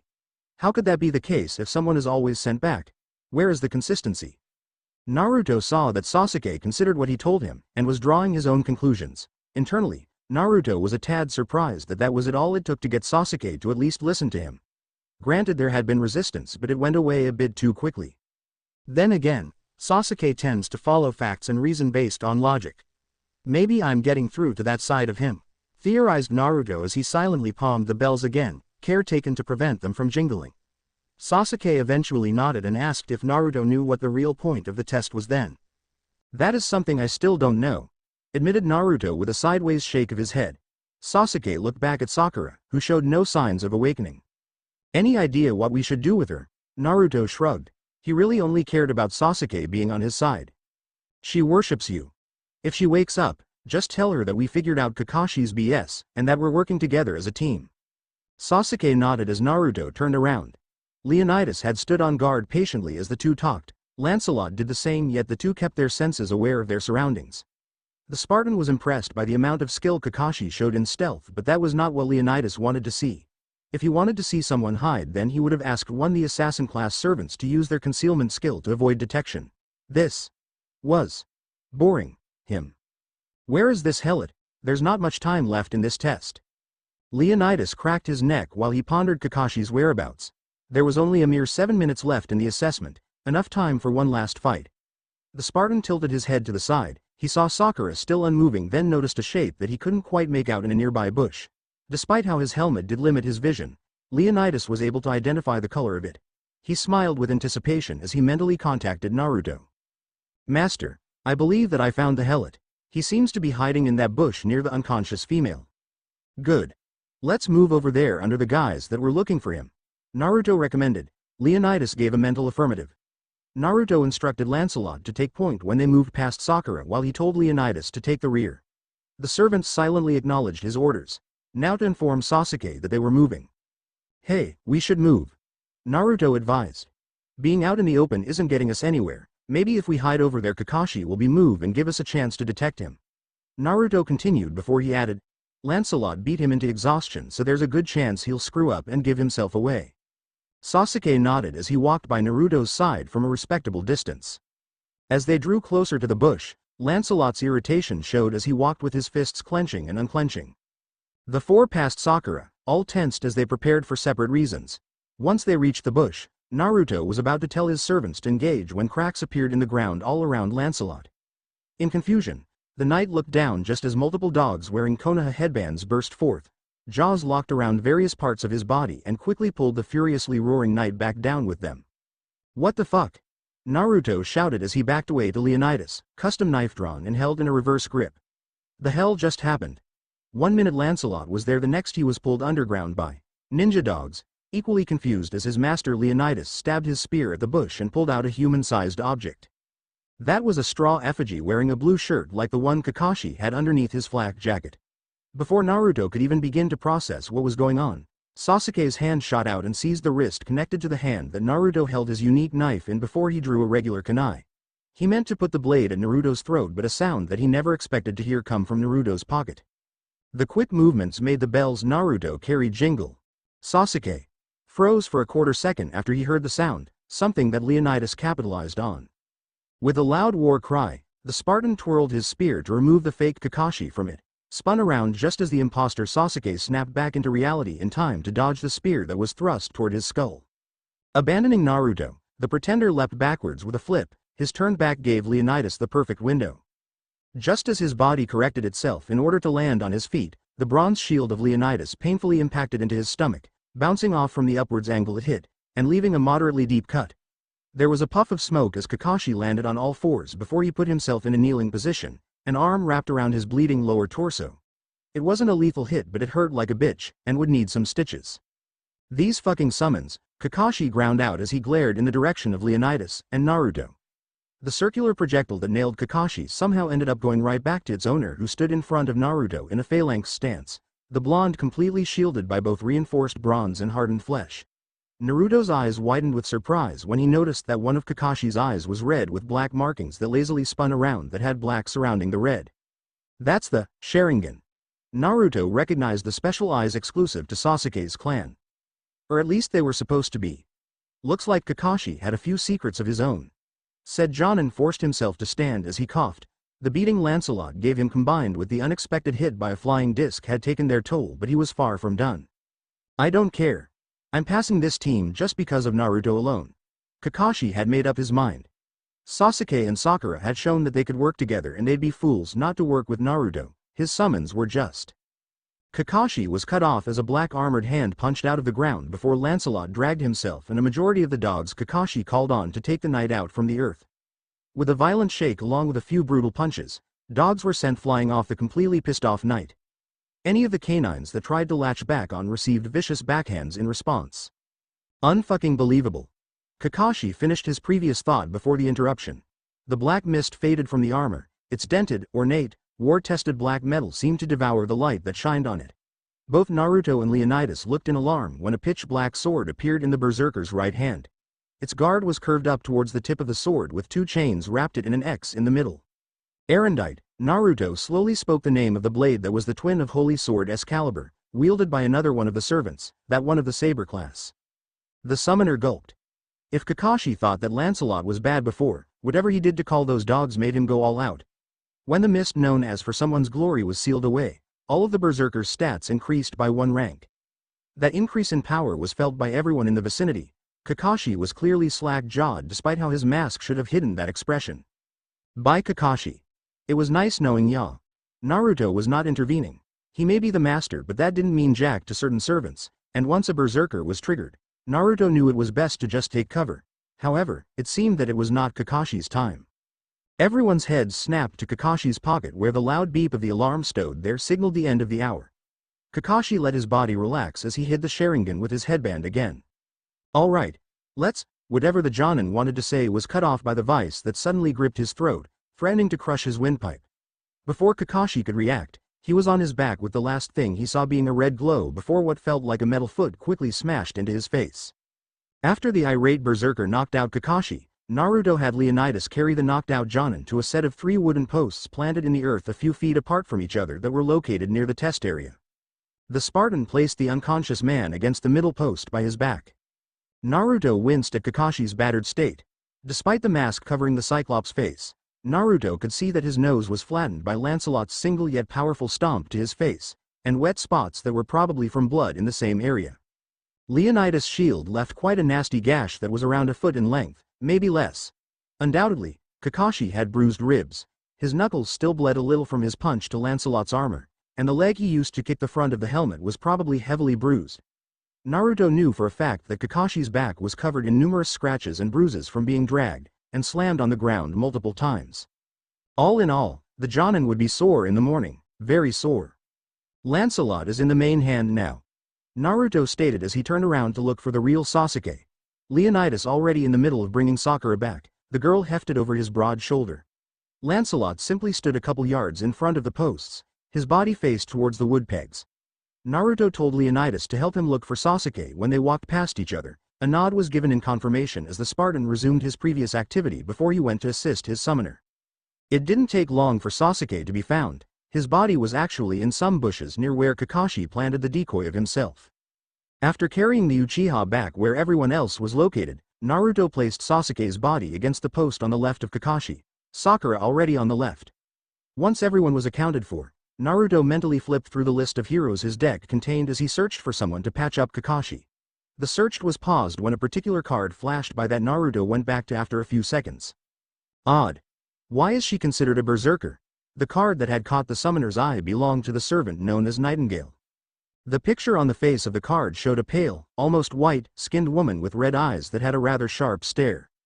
Her hair was a shade of white nearly identical to her skin, and was styled in a long ponytail in the back, the bottom half lifted up to the level where the braid began. A black ribbon was used to keep the bottom from falling down. The woman's slim upper body was covered by a red, Western-styled military coat with gold buttons, and the bottom of the sleeves colored in black. White gloves covered her slightly outstretched hands, a black skirt of moderate length, and white stockings with buckled, upwardly pointed white boots that were slightly heeled finished her outfit.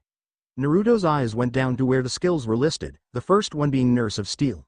Now curious about this servant, Naruto called her out, the 5-star berserker soon in front of him. Nightingale had a calm, controlled expression, her gaze sharp and attentive. Naruto saw that she was only slightly shorter than himself, yet her presence dwarfed his. She was the first to speak, though Naruto gave her an odd look soon after she began to talk. Master, it is good that you have called upon me. I wish to speak with you about your hygienic standards. Can you hold off on that until later? Naruto requested as he turned his head towards Kakashi. I need you to patch someone up. Naruto chuckled sheepishly. Nightingale had followed his gaze to Kakashi, the reason for her being summoned understood. Lancelot and Leonidas kinda beat the crap out of the guy in the middle. With a nod, the new servant made her way to the unconscious man. 2 green rectangular bags with straps that crossed around her chest materialized underneath her shoulders. Once Nightingale drew close, she knelt down to Kakashi and began to examine his injuries. Eyes narrowed, the nurse began to treat the gouge on the Jonin's lower torso. She took out a pair of scissors from one of the bags and cut away the fabric over the area. As she worked, Leonidas took the opportunity to begin another training session with Naruto. He tapped Naruto on the shoulder and told him of his plans. Naruto hesitated for a few moments but nodded. He knew that this would improve him in the long run. Nightingale. Naruto called to the nurse that paused from her work and turned her head to Naruto with a curious expression. Leonidas and I will be leaving for a training session. If any of them wake up, tell them I left. The servant nodded and asked if she could go to his home after she finished. Naruto nodded and gave final instructions before he departed with the Lancer. Since I'm certainly not coming back here after whatever he has planned, Naruto jerked his head towards Leonidas, who silently cackled in agreement. Inform Kakashi you'll tell me if I passed, and let him know that if I don't, Lancelot will kick his ass. With that said, Naruto followed his physical trainer to another clear section, a decent distance away from they left Kakashi and the others. Once there, Leonidas told Naruto that he wanted him to do 50 push-ups followed by 50 pull-ups, but there was something he added that made Naruto groan. I want you to do these exercises with a boulder on your back. The Spartan held up a boulder eerily identical to the one he strapped to Naruto's back the previous day. Screw you. There is no way in hell I'm doing that, Naruto demanded for a different activity. One that didn't involve a boulder. Naruto still hadn't gotten over the run to the team assignments where Leonidas tied a friggin' chunk of rock to his back. Very well. If you do not wish to work out, then we can spar. Naruto paled. Hell to the no, there was no way he was going to spar with someone who could probably kill him with a finger. Push-ups then pull-ups, right? Leonidas chuckled in slight victory as Naruto got into position. The genin's body was close to the ground as the stronger man tied the boulder to his back. The blonde struggled to lift himself up, his arms shaky while sweat broke out across his forehead. Leonidas had told Naruto to remove his jacket since it would only make him hotter, something that Naruto was thankful that he followed soon after he began. As Naruto fought to finish the first part of the workout, the Spartan took the time to practice his thrusts with his spear, and used a thick tree that he uprooted as a makeshift barbell for some light exercise. He finished 50 reps with the tree using one hand before Naruto could do 20 push-ups, then accomplished 50 more with other. Naruto just barely finished his 40th push-up. Perspiration soaked Naruto's body as he finally finished the final 10. He was rewarded with a 5-minute rest period and a bottle of water that he didn't bother asking where from in favor of gulping it down after the rock was removed from him. The short break ended far sooner than Naruto would have liked. His upper body cried for rest. Thankfully, Leonidas decided to change the second exercise to one that involved working his leg muscles. Unfortunately, it still involved a boulder with the addition of a rope. After he found a tree that had a suitable branch for what he intended, the heavily muscled man tied a tight knot around the irregularly shaped rock. Leonidas then threw the other end over a sturdy branch of a healthily large oak. Happy that he used a 30-foot rope that was provided by another servant, the Spartan tested the strength of the branch by pulling on the free end of the rope to lift the boulder up a few times. Quickly satisfied with the reliability of the branch, he signaled for Naruto to come over. Master, lay on your back with your legs straight and feet together. Once Naruto did as told, Leonidas tied the free end of the rope in between and around the blonde's legs. He also made sure that the knot he used wasn't too tight on Naruto's legs. With a final check on the stability of the rope, Leonidas gave his makeshift rig a single nod of approval before he told Naruto the next exercise. I want you to lift the boulder 50 times, only using your legs. Bring your knees to the chest to get the rock to move up, instructed Leonidas as he walked to where Naruto's head lay.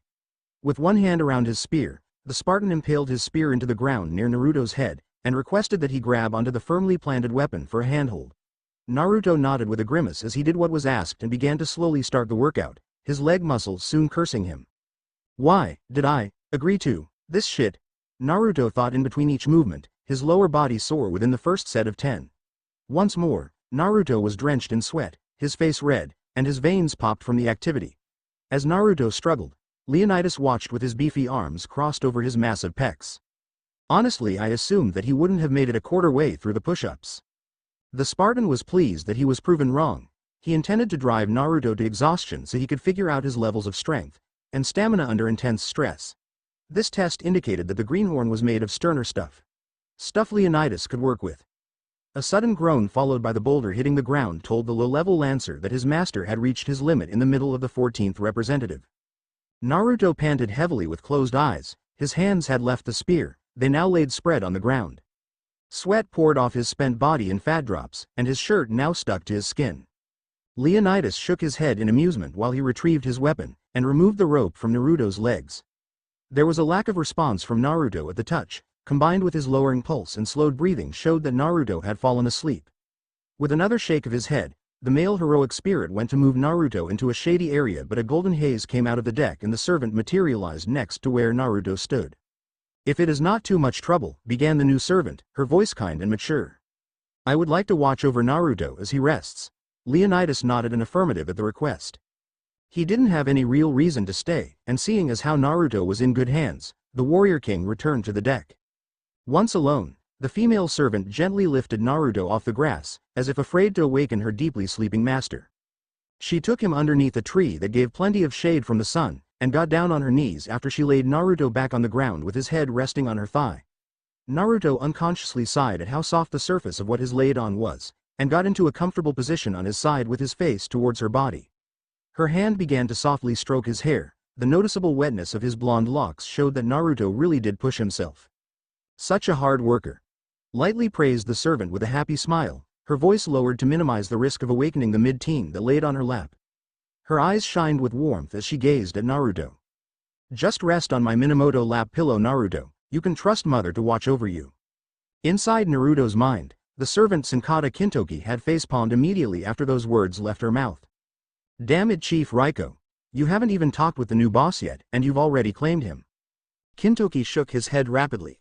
It was only a matter of time before he would have to run interference given how affectionate Raiko could potentially get with those she considered her children, a list Naruto's motherless life guaranteed him to be on. Well, isn't this golden? And just like that, Naruto's life was about to get even more complicated, he just had to wake up for it to begin. There were two things Sasuke Uchiha realized when he finally started to wake up. First, his back was killing him. Second, he could feel a very large bruise forming on his forehead. After a good shake of the head to clear whatever cobwebs still remained in it, Sasuke opened his eyes and carefully looked around. However, what he saw to his right made his right eye twitch in vexation. An unconscious Kakashi was laid against a wooden post, an unknown woman knelt nearby with a critical stare in her crimson eyes. She wore a red uniform of foreign design that contrasted nicely with her pure white hair. Curious, he gingerly stood up to approach this person, but he suddenly felt another burning stare boring holes into the back of his head. He turned slightly to the right, and the sight which greeted him sent shivers down his spine. What is that thing? All Sasuke could discern from inside a thick black vapor was a baleful red light shining menacingly. There was a ghost of a silhouette of a presumably male body, but the combination of the distance between them and the dark fog made details indiscernible. He couldn't help but gulp nervously as the unknown thing continued eyeing him with burning intensity, a low snarl trickling through what he assumed to be its helm. No, this wasn't even an individual, it wasn't a person. Death. Madness. Was this what it felt like to stare into the abyss? Because the abyss was staring back. Don't mind Lancelot, he's naturally intimidating. Belatedly, Sasuke realized the woman was speaking to him. He turned towards her, only to find her eyes still on Kakashi. As he looked on, she beckoned him over by crooking two delicate fingers. The Uchiha did as she asked, and promptly winced when he saw the freshly stitched gouge on Kakashi's abdomen. It wasn't life-threatening, but looked like it hurt like hell. The Jonin's flak jacket was gone, and what remained of his shirt was clinically cut apart to access his wound. Sasuke deducted it was this woman who had done it and healed his teacher. What happened to him? Your teacher went a few rounds with Lancelot. It's obvious who was the winner, the woman stated as she began to gently apply pressure to the bottom of Kakashi's rib cage. Lancelot? That demon in black? Made wary by her words, he glanced over his shoulder and saw the black-shrouded Lancelot had drawn closer, its crimson glare dulling. Every step exuded quiet power, strength beyond naming. Icy fingers of dread trailed down the boy's spine.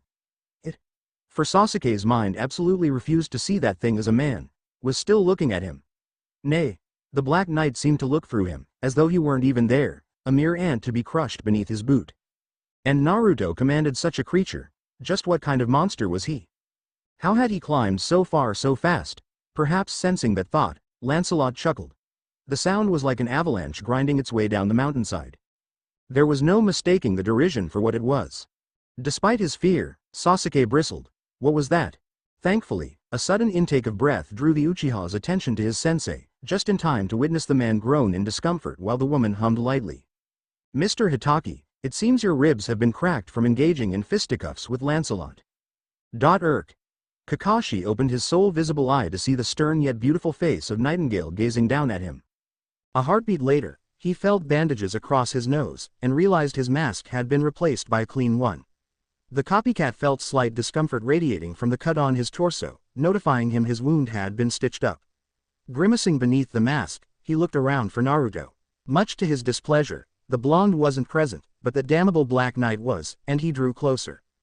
Oh, Lancelot, the woman suddenly spoke, an unspoken warning lying between her next words. I have just finished treating my patient, and it is critical to his healing process that he does not engage in strenuous activity. With a growl, Lancelot ceased his advance and stood stock still. The red glow of his visor began to flicker. Nightingale sighed and brought a hand up to her forehead. She had forgotten about that. It seemed her patient might need further care. I'm guessing you're a part of that deck? Kakashi correctly assumed. A curt nod was given in confirmation from the white-haired woman before she spoke again. Naruto left to train with Leonidas shortly after he called upon me. He also requested I tell him if whether or not the team passed, and to inform you that if they don't. As Nightingale paused, Lancelot drew closer still. The Black Knight now loomed over the higher-tiered Berserker's crouched form, visor tilted down at Kakashi's spent body. The dark chuckle that rattled from the armored man was enough for Kakashi to understand what would happen. No need for that. I've seen what I needed to pass them. The injured Jonin hastily confirmed Naruto would be keeping that headband. Very good. Nightingale nodded evenly as she and Lancelot began to turn into gold flakes. The nurse gave one last word as she departed, farewell. At first, Sasuke moved to follow the floating dust, but Kakashi stopped him. I wouldn't do that if I were you. The armored one might not take kindly to you following them, the sensei cautioned his new student. Besides, I need to give you something. With a groan, Kakashi propped himself with his elbows. Testing his body for any signs of stress, he slowly rose to his knees and stood, albeit slightly hunched over. Well, it seems I'm holding together better than I had initially expected. The stitches to his side chose that moment to protest, violently. Sasuke was of a different mind on the matter. The Uchiha found himself more than a little perturbed by the dismissal, having had more than a few questions for the blonde summoner. Nevertheless, he would heed his teacher's advice, at least for now. While he awaited further direction, Kakashi quickly created a shadow clone, and told it to escort Sakura home. Once he'd made certain of its departure, he turned to Sasuke. Pulling a scroll out from one of his leg pouches, he handed it to him. After a moment's hesitation, the last Uchiha accepted the gift. All right, Sasuke, that scroll contains a couple of D-ranked fire releases I want you to practice. Try practicing the required hand signs for a few days. The raven-haired boy was pleased to hear what was inside, and he nodded to show he understood. Good. With this, he'd be one step closer to his goal of killing that man. Kakashi then dismissed him, with the Uchiha quickly leaving the area. Better to keep Sasuke occupied as he took a day or two to recuperate, and another to break Sakura out of her fangirlish tendencies. The sensei also wanted to find out more about Naruto's unique and powerful summons, particularly that Black Knight. It had been ages since he'd encountered someone with that level of speed. His ability was on another realm entirely. Was that the result of a rare bloodline, or perhaps something more? Whatever it was, he'd found himself hard-pressed to deal with it. Him, Kakashi of the Sharingan. If he'd been only a little slower. A quiet tremor ran through his shoulders. That was no ordinary metal. Kakashi thought back to his encounter with Lancelot. The armor the man wore wasn't just durable, it was damn near impenetrable. His lightning blade only managed to sear the metal enough to burn his opponent through conducted electricity. Granted, there was the fact Kakashi hadn't had the opportunity to build up the momentum he preferred whenever he used that skill, and he hadn't used chakra to boost his speed since he didn't want to potentially kill the servant. Maybe that's all it was. A lack of speed. Still, that metal wasn't normal. After I give my report, I'll request to be a part of Lord Hokage's discussion with Naruto about that deck. It made sense, from a certain point of view. After all, if he was going to be Naruto's sensei, one could argue it was imperative for him to be there. Indeed, it would help him figure out how best to train and utilize Naruto in the field. This had nothing to do with his curiosity about the summoner's deck. No, he wasn't curious at all. Not a bit. Not in the least. Well, first things first. He still had to submit his report on Team 7. Still, he couldn't help but wonder what Naruto was doing right now, and what kind of training the shield-bearer was putting him through. Kakashi hoped it hurt. A lot. If he could see Naruto's current predicament, Kakashi would forever feel he was a failure of a man. As Naruto began to slowly stir, one could faintly hear him mumbling about kicking an old man in the crotch, as he nestled his head further into the incredibly soft, yet firm surface it laid on. Wait. The ground shouldn't be anywhere near this soft, nor this luxuriously comfortable as the place his cranium rested on. His eyes fluttered open for a brief moment to behold the delicate feminine hand stroking his hair. The repetitive motion nearly made him slip back into slumber. However, as his blue orbs cracked open, he saw a slim, toned stomach covered by some kind of shiny material tight enough for her belly button to show through. Reluctantly, he kept his head still as his eyes roamed over what was in front of them. He now saw his head was resting on a woman's thick and supple thighs, and he could see her wide hips. There was another detail he noticed that added to his steadily rising arousal. Even from here, I can tell that's quite an ass. Damn, that's big. Putting the matter of her rather copious rear aside, Naruto realized there was more to her outfit than meets the eye.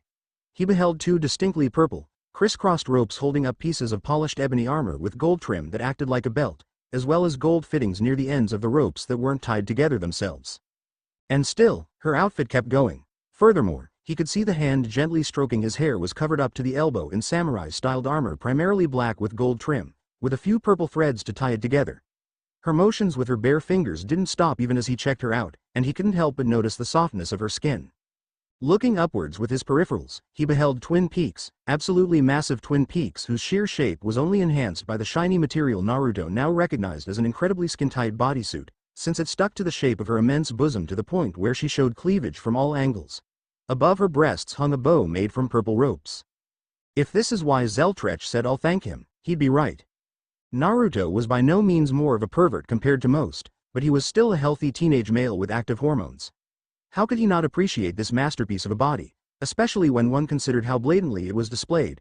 Indeed, the blonde genin found himself entranced by the toned, curvy waist before of his eyes, so much so he failed to notice that her hand had stopped petting him. Master? As Naruto heard the soft, reassuringly warm voice of the woman, he turned his head upwards to face her and couldn't stop the pink blush flooding his cheeks.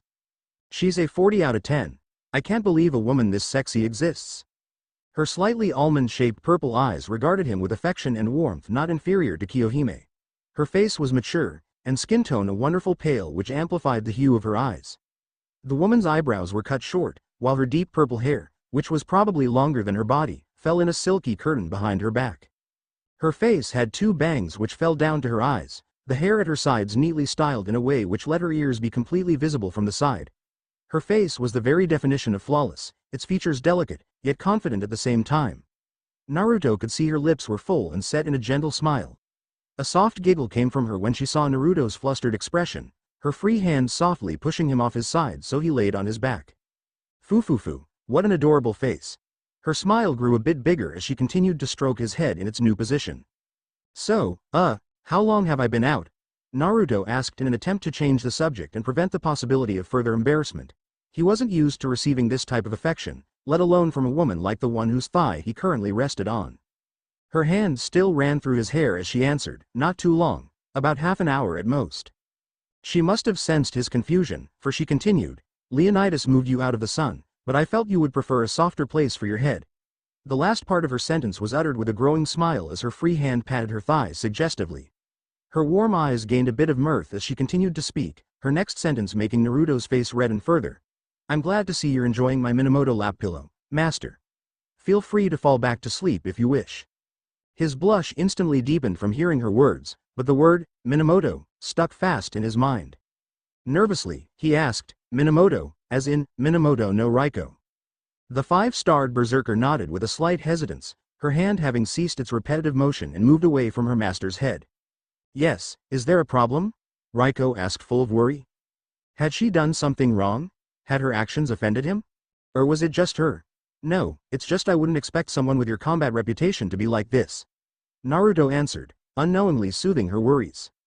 Her hand resumed its motions as she sighed contently, with her lips locked in a small smile. Then it paused. Almost imperceptibly, her smile became tinged with a warning that he better chose his next words wisely. Reputation, Era, what kind of reputation would that be, master?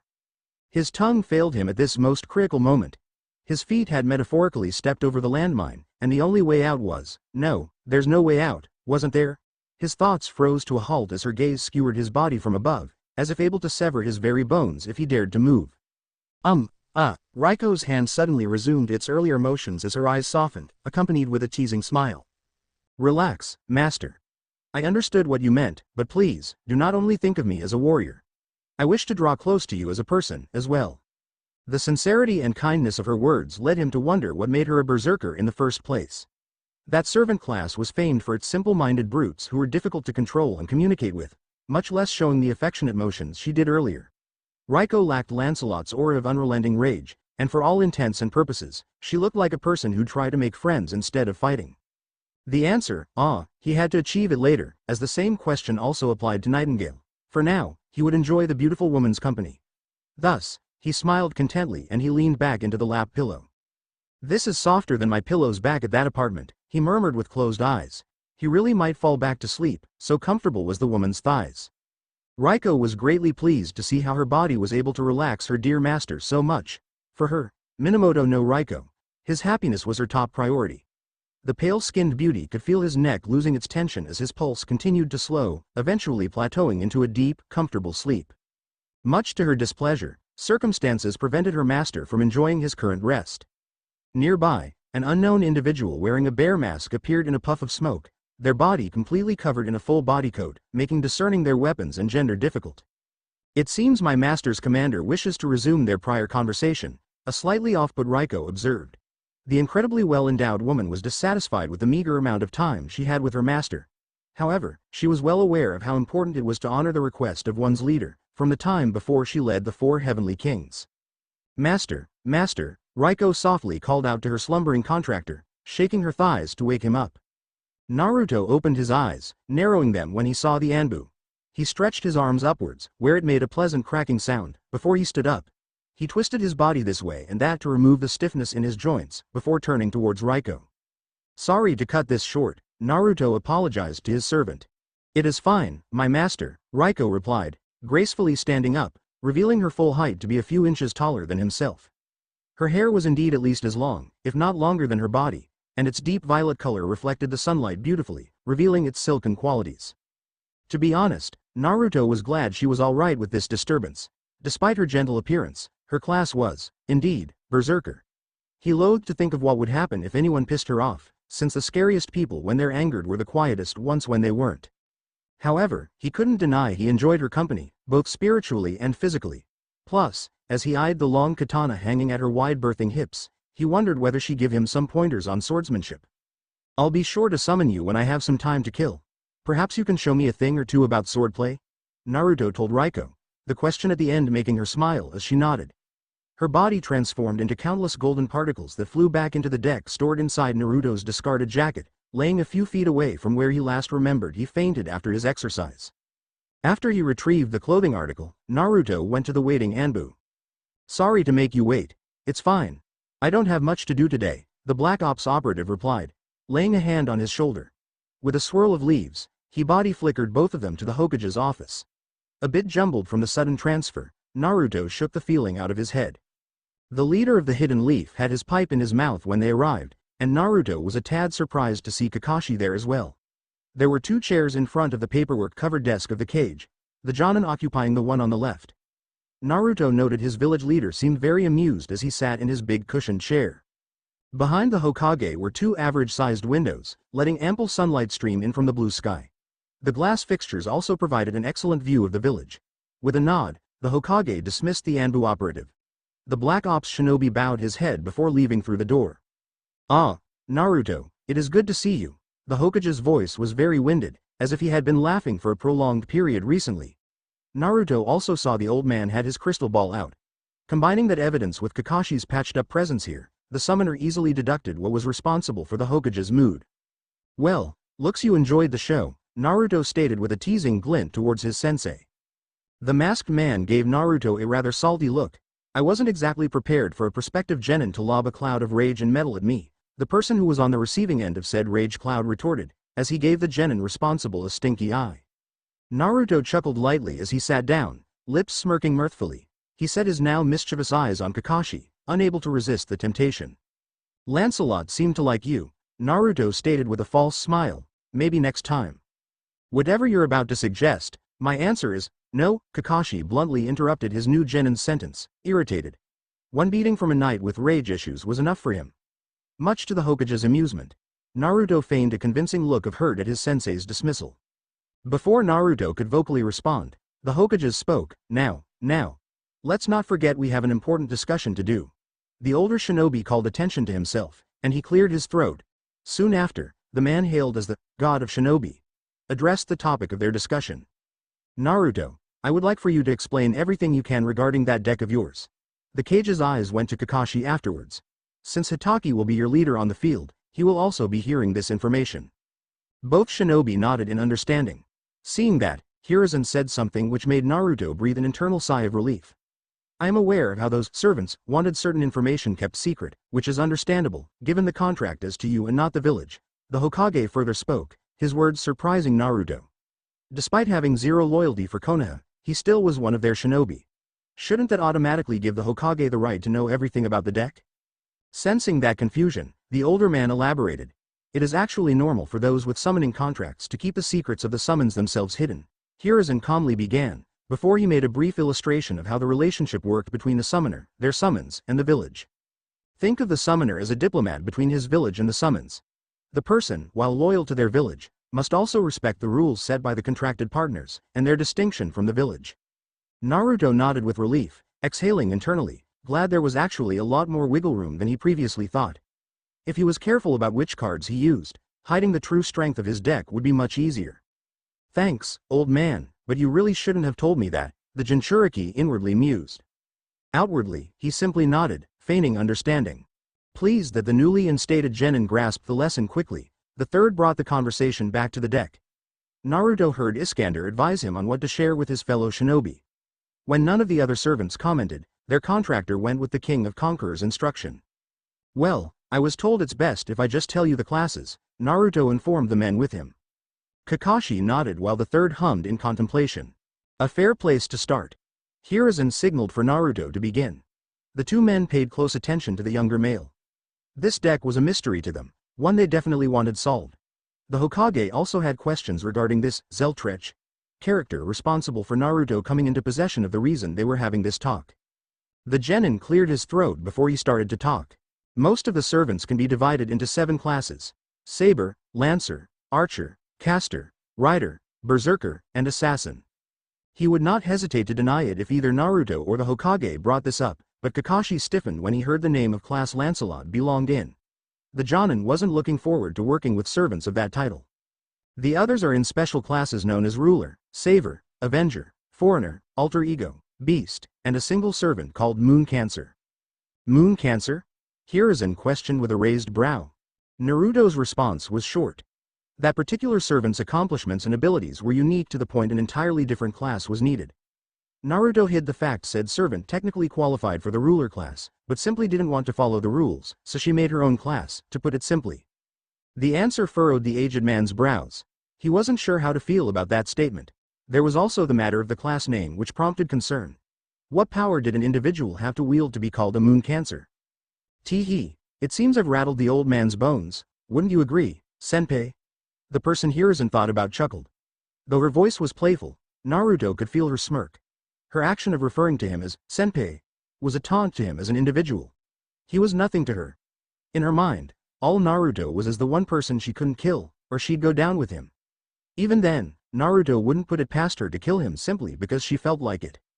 BB was one of those servants Naruto could not afford to drop his guard around. No, absolutely not. The chaos she could cause, words couldn't begin to deify it. She giggled again, sensing her new contractor's emotions towards her. As Naruto began to speak again, the advanced AI couldn't wait to introduce herself to her new toy. The names of the primary 7 classes give away their main method of combat, though many servants have skills which fit into other classes. He paused, pondering if he should tell them about noble phantasms. No. A painfully loud, unified denial came from every servant. On the outside, Naruto slowly turned his head to the side, teeth gritted. The third and Kakashi looked concerned at Naruto's odd action. Wondered if something was okay to share, got told, no, by 300 people. The 2 men winced at the thought of such a number of voices in their heads. While they knew a summoning contract always had some sort of price or offering involved, it seemed the dex was a bit unusual. Those cards aren't looking worth it, Kakashi concluded privately, while the Hokage patiently waited for Naruto to recover. After a full minute, the ringing in Naruto's ears subsided. Naruto, could you tell us more about this moon cancer? Hiruzen inquired with a worried expression. The leader of the village felt a wave of uneasiness come over him when he heard the odd title. Another element which added to his worry was the complete lack of any information on this Sparta place Leonidas stated he was from.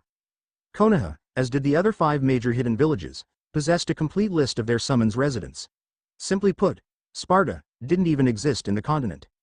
There was also the summons themselves. They lacked chakra of their own, yet Hiruzen could sense an unknown energy which seemed to feed off Naruto's own. He had no idea how the process worked or its effects on the genin. Lastly, the person who gave him the deck in the first place, this unknown, Zeltrech, individual. His short investigation hadn't found anything even remotely related to the name.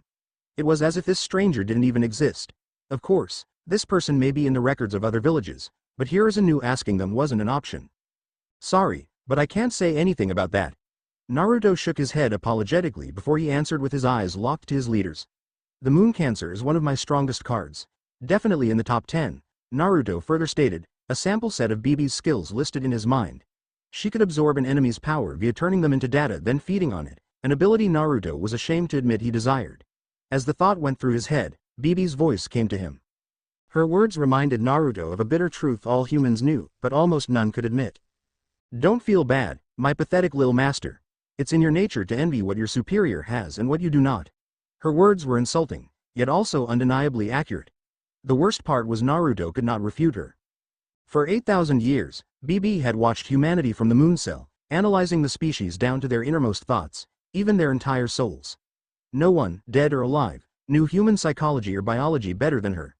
Granted, she was a stranger to both this world and to chakra, but that would be just a temporary gap in her information bank. BB was smarter than any Nara could ever dream of.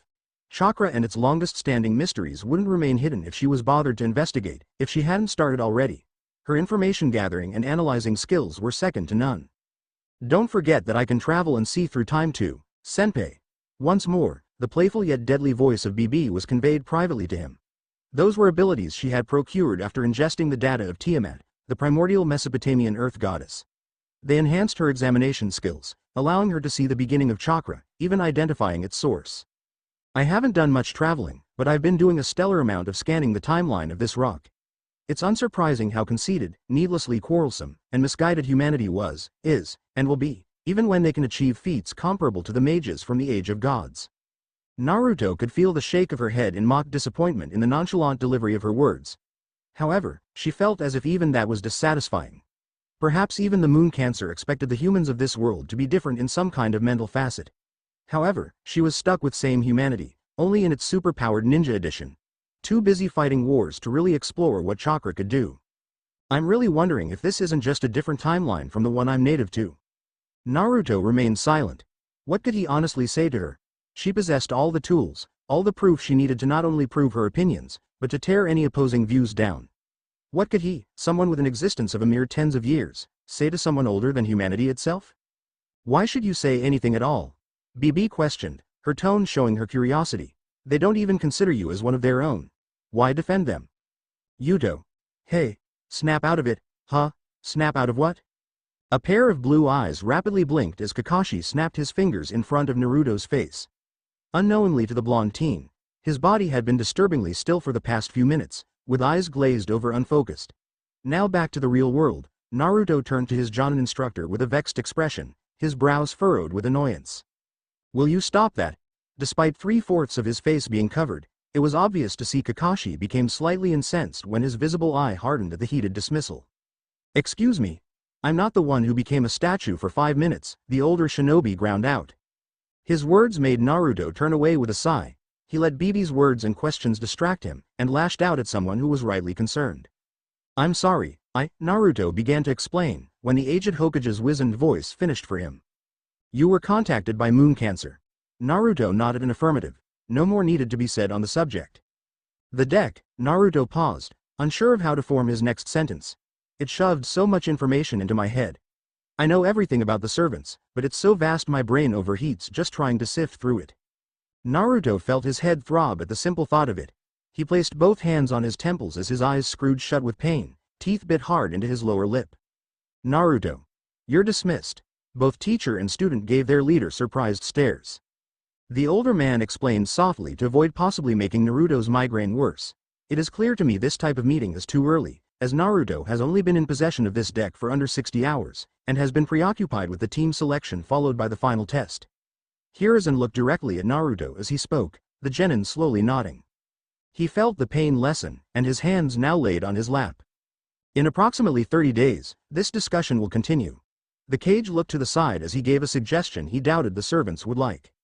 While we could have a Yamanaka look through your mind, I doubt your summons will allow this. Not unless that person wants to be on the receiving end of unlimited blade works, a male archer known as Emiya dryly stated. Naruto simply shook his head at the idea. He made a mental note to ask the red archer to explain that statement in more detail later. As I assumed. Thank you for your time.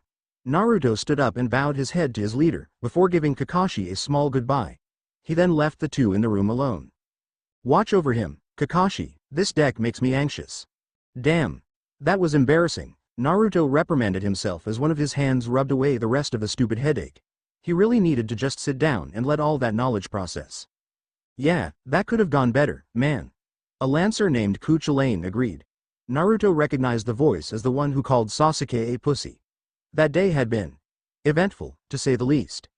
Naruto sighed as he walked down a surprisingly empty staircase of the Hokage Tower. The hand had returned to his side, as the throbbing pain in the summoner's skull died down. Naruto briefly went over Bibi's questions, but decided to leave them alone in favor of focusing on which kind of clothing he should get Jack. Something warm, soft, and able to keep smoke out of her lungs.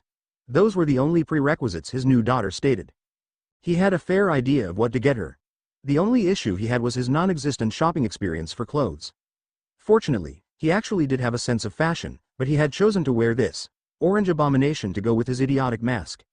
Now that the gig was up, Naruto decided to purchase some real clothes. A wise decision, Emiya stated amongst other servants' calls of agreement, with the majority coming from the female half of group of the legendary figures. Naruto tried to block out their words as he reached the bottom of the stairs. Right when the orange-clad teenager had both feet on the floor, he felt a servant leave the deck. A silver haze drifted in between Naruto and the door, materializing across from him. What was once an empty space was now occupied by a woman who stood at 5'4". This newcomer wore a violet dress which hugged her hourglass-like body, the article reaching to touch the upper part of her black sandals. The dress also featured a slit in the middle of her legs, starting slightly below the knees, showing glimpses of her healthy legs.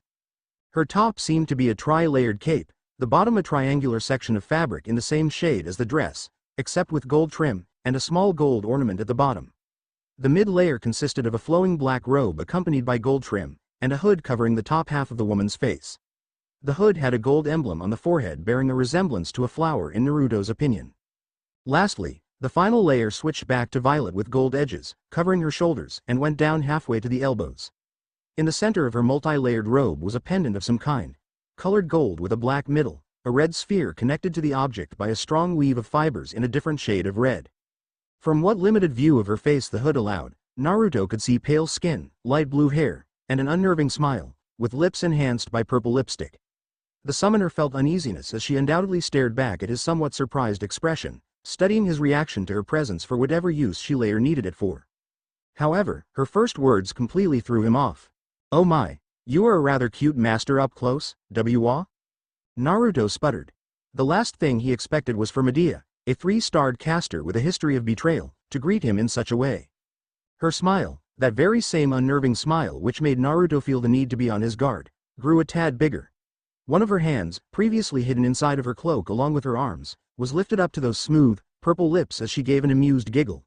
He noticed the shiny silver bracelet she wore over the black material completely covering her hand, possibly the entire limb. Do not be so alarmed, I merely wish to accompany you to the marketplace, Medea spoke in an admittedly pleasant tone. Naruto raised a brow in curiosity as he observed the caster. He hadn't expected the reason for her sudden arrival. Sorry, I didn't think someone of your stature would be interested in simple shopping, Naruto said to the female mage. With a minor shake of her head, Medea waved off his apology. I merely wish to procure supplies for a hobby of mine. At the statement, Naruto felt a heavy amount of dread and frozen rage originating from a certain blue-clothed saber-class servant, followed by a groan from Emiya. What kind of hobby? Naruto inquired, acting on the feelings of those two servants. Once more, Naruto was surprised by her words. I like to create figurines, and if you see any fine bottled ships, do let me know. Okay. Whoever got pissed, can you tell me why making figurines is bad later? Naruto requested, before he nodded to Medea's sentence. The robed woman turned towards the door and opened it for her contractor. Now, we should get a move on, yes? The dark mage invited Naruto to pass through the opening. The blonde nodded, and began to walk, his new companion falling in behind him. Great, he had his back facing a known backstabber. What's next? Will he say, I'm going to be a tyrant, to Spartacus? The end. Thanks for watching, also remember to subscribe and like this video. See you in the next video.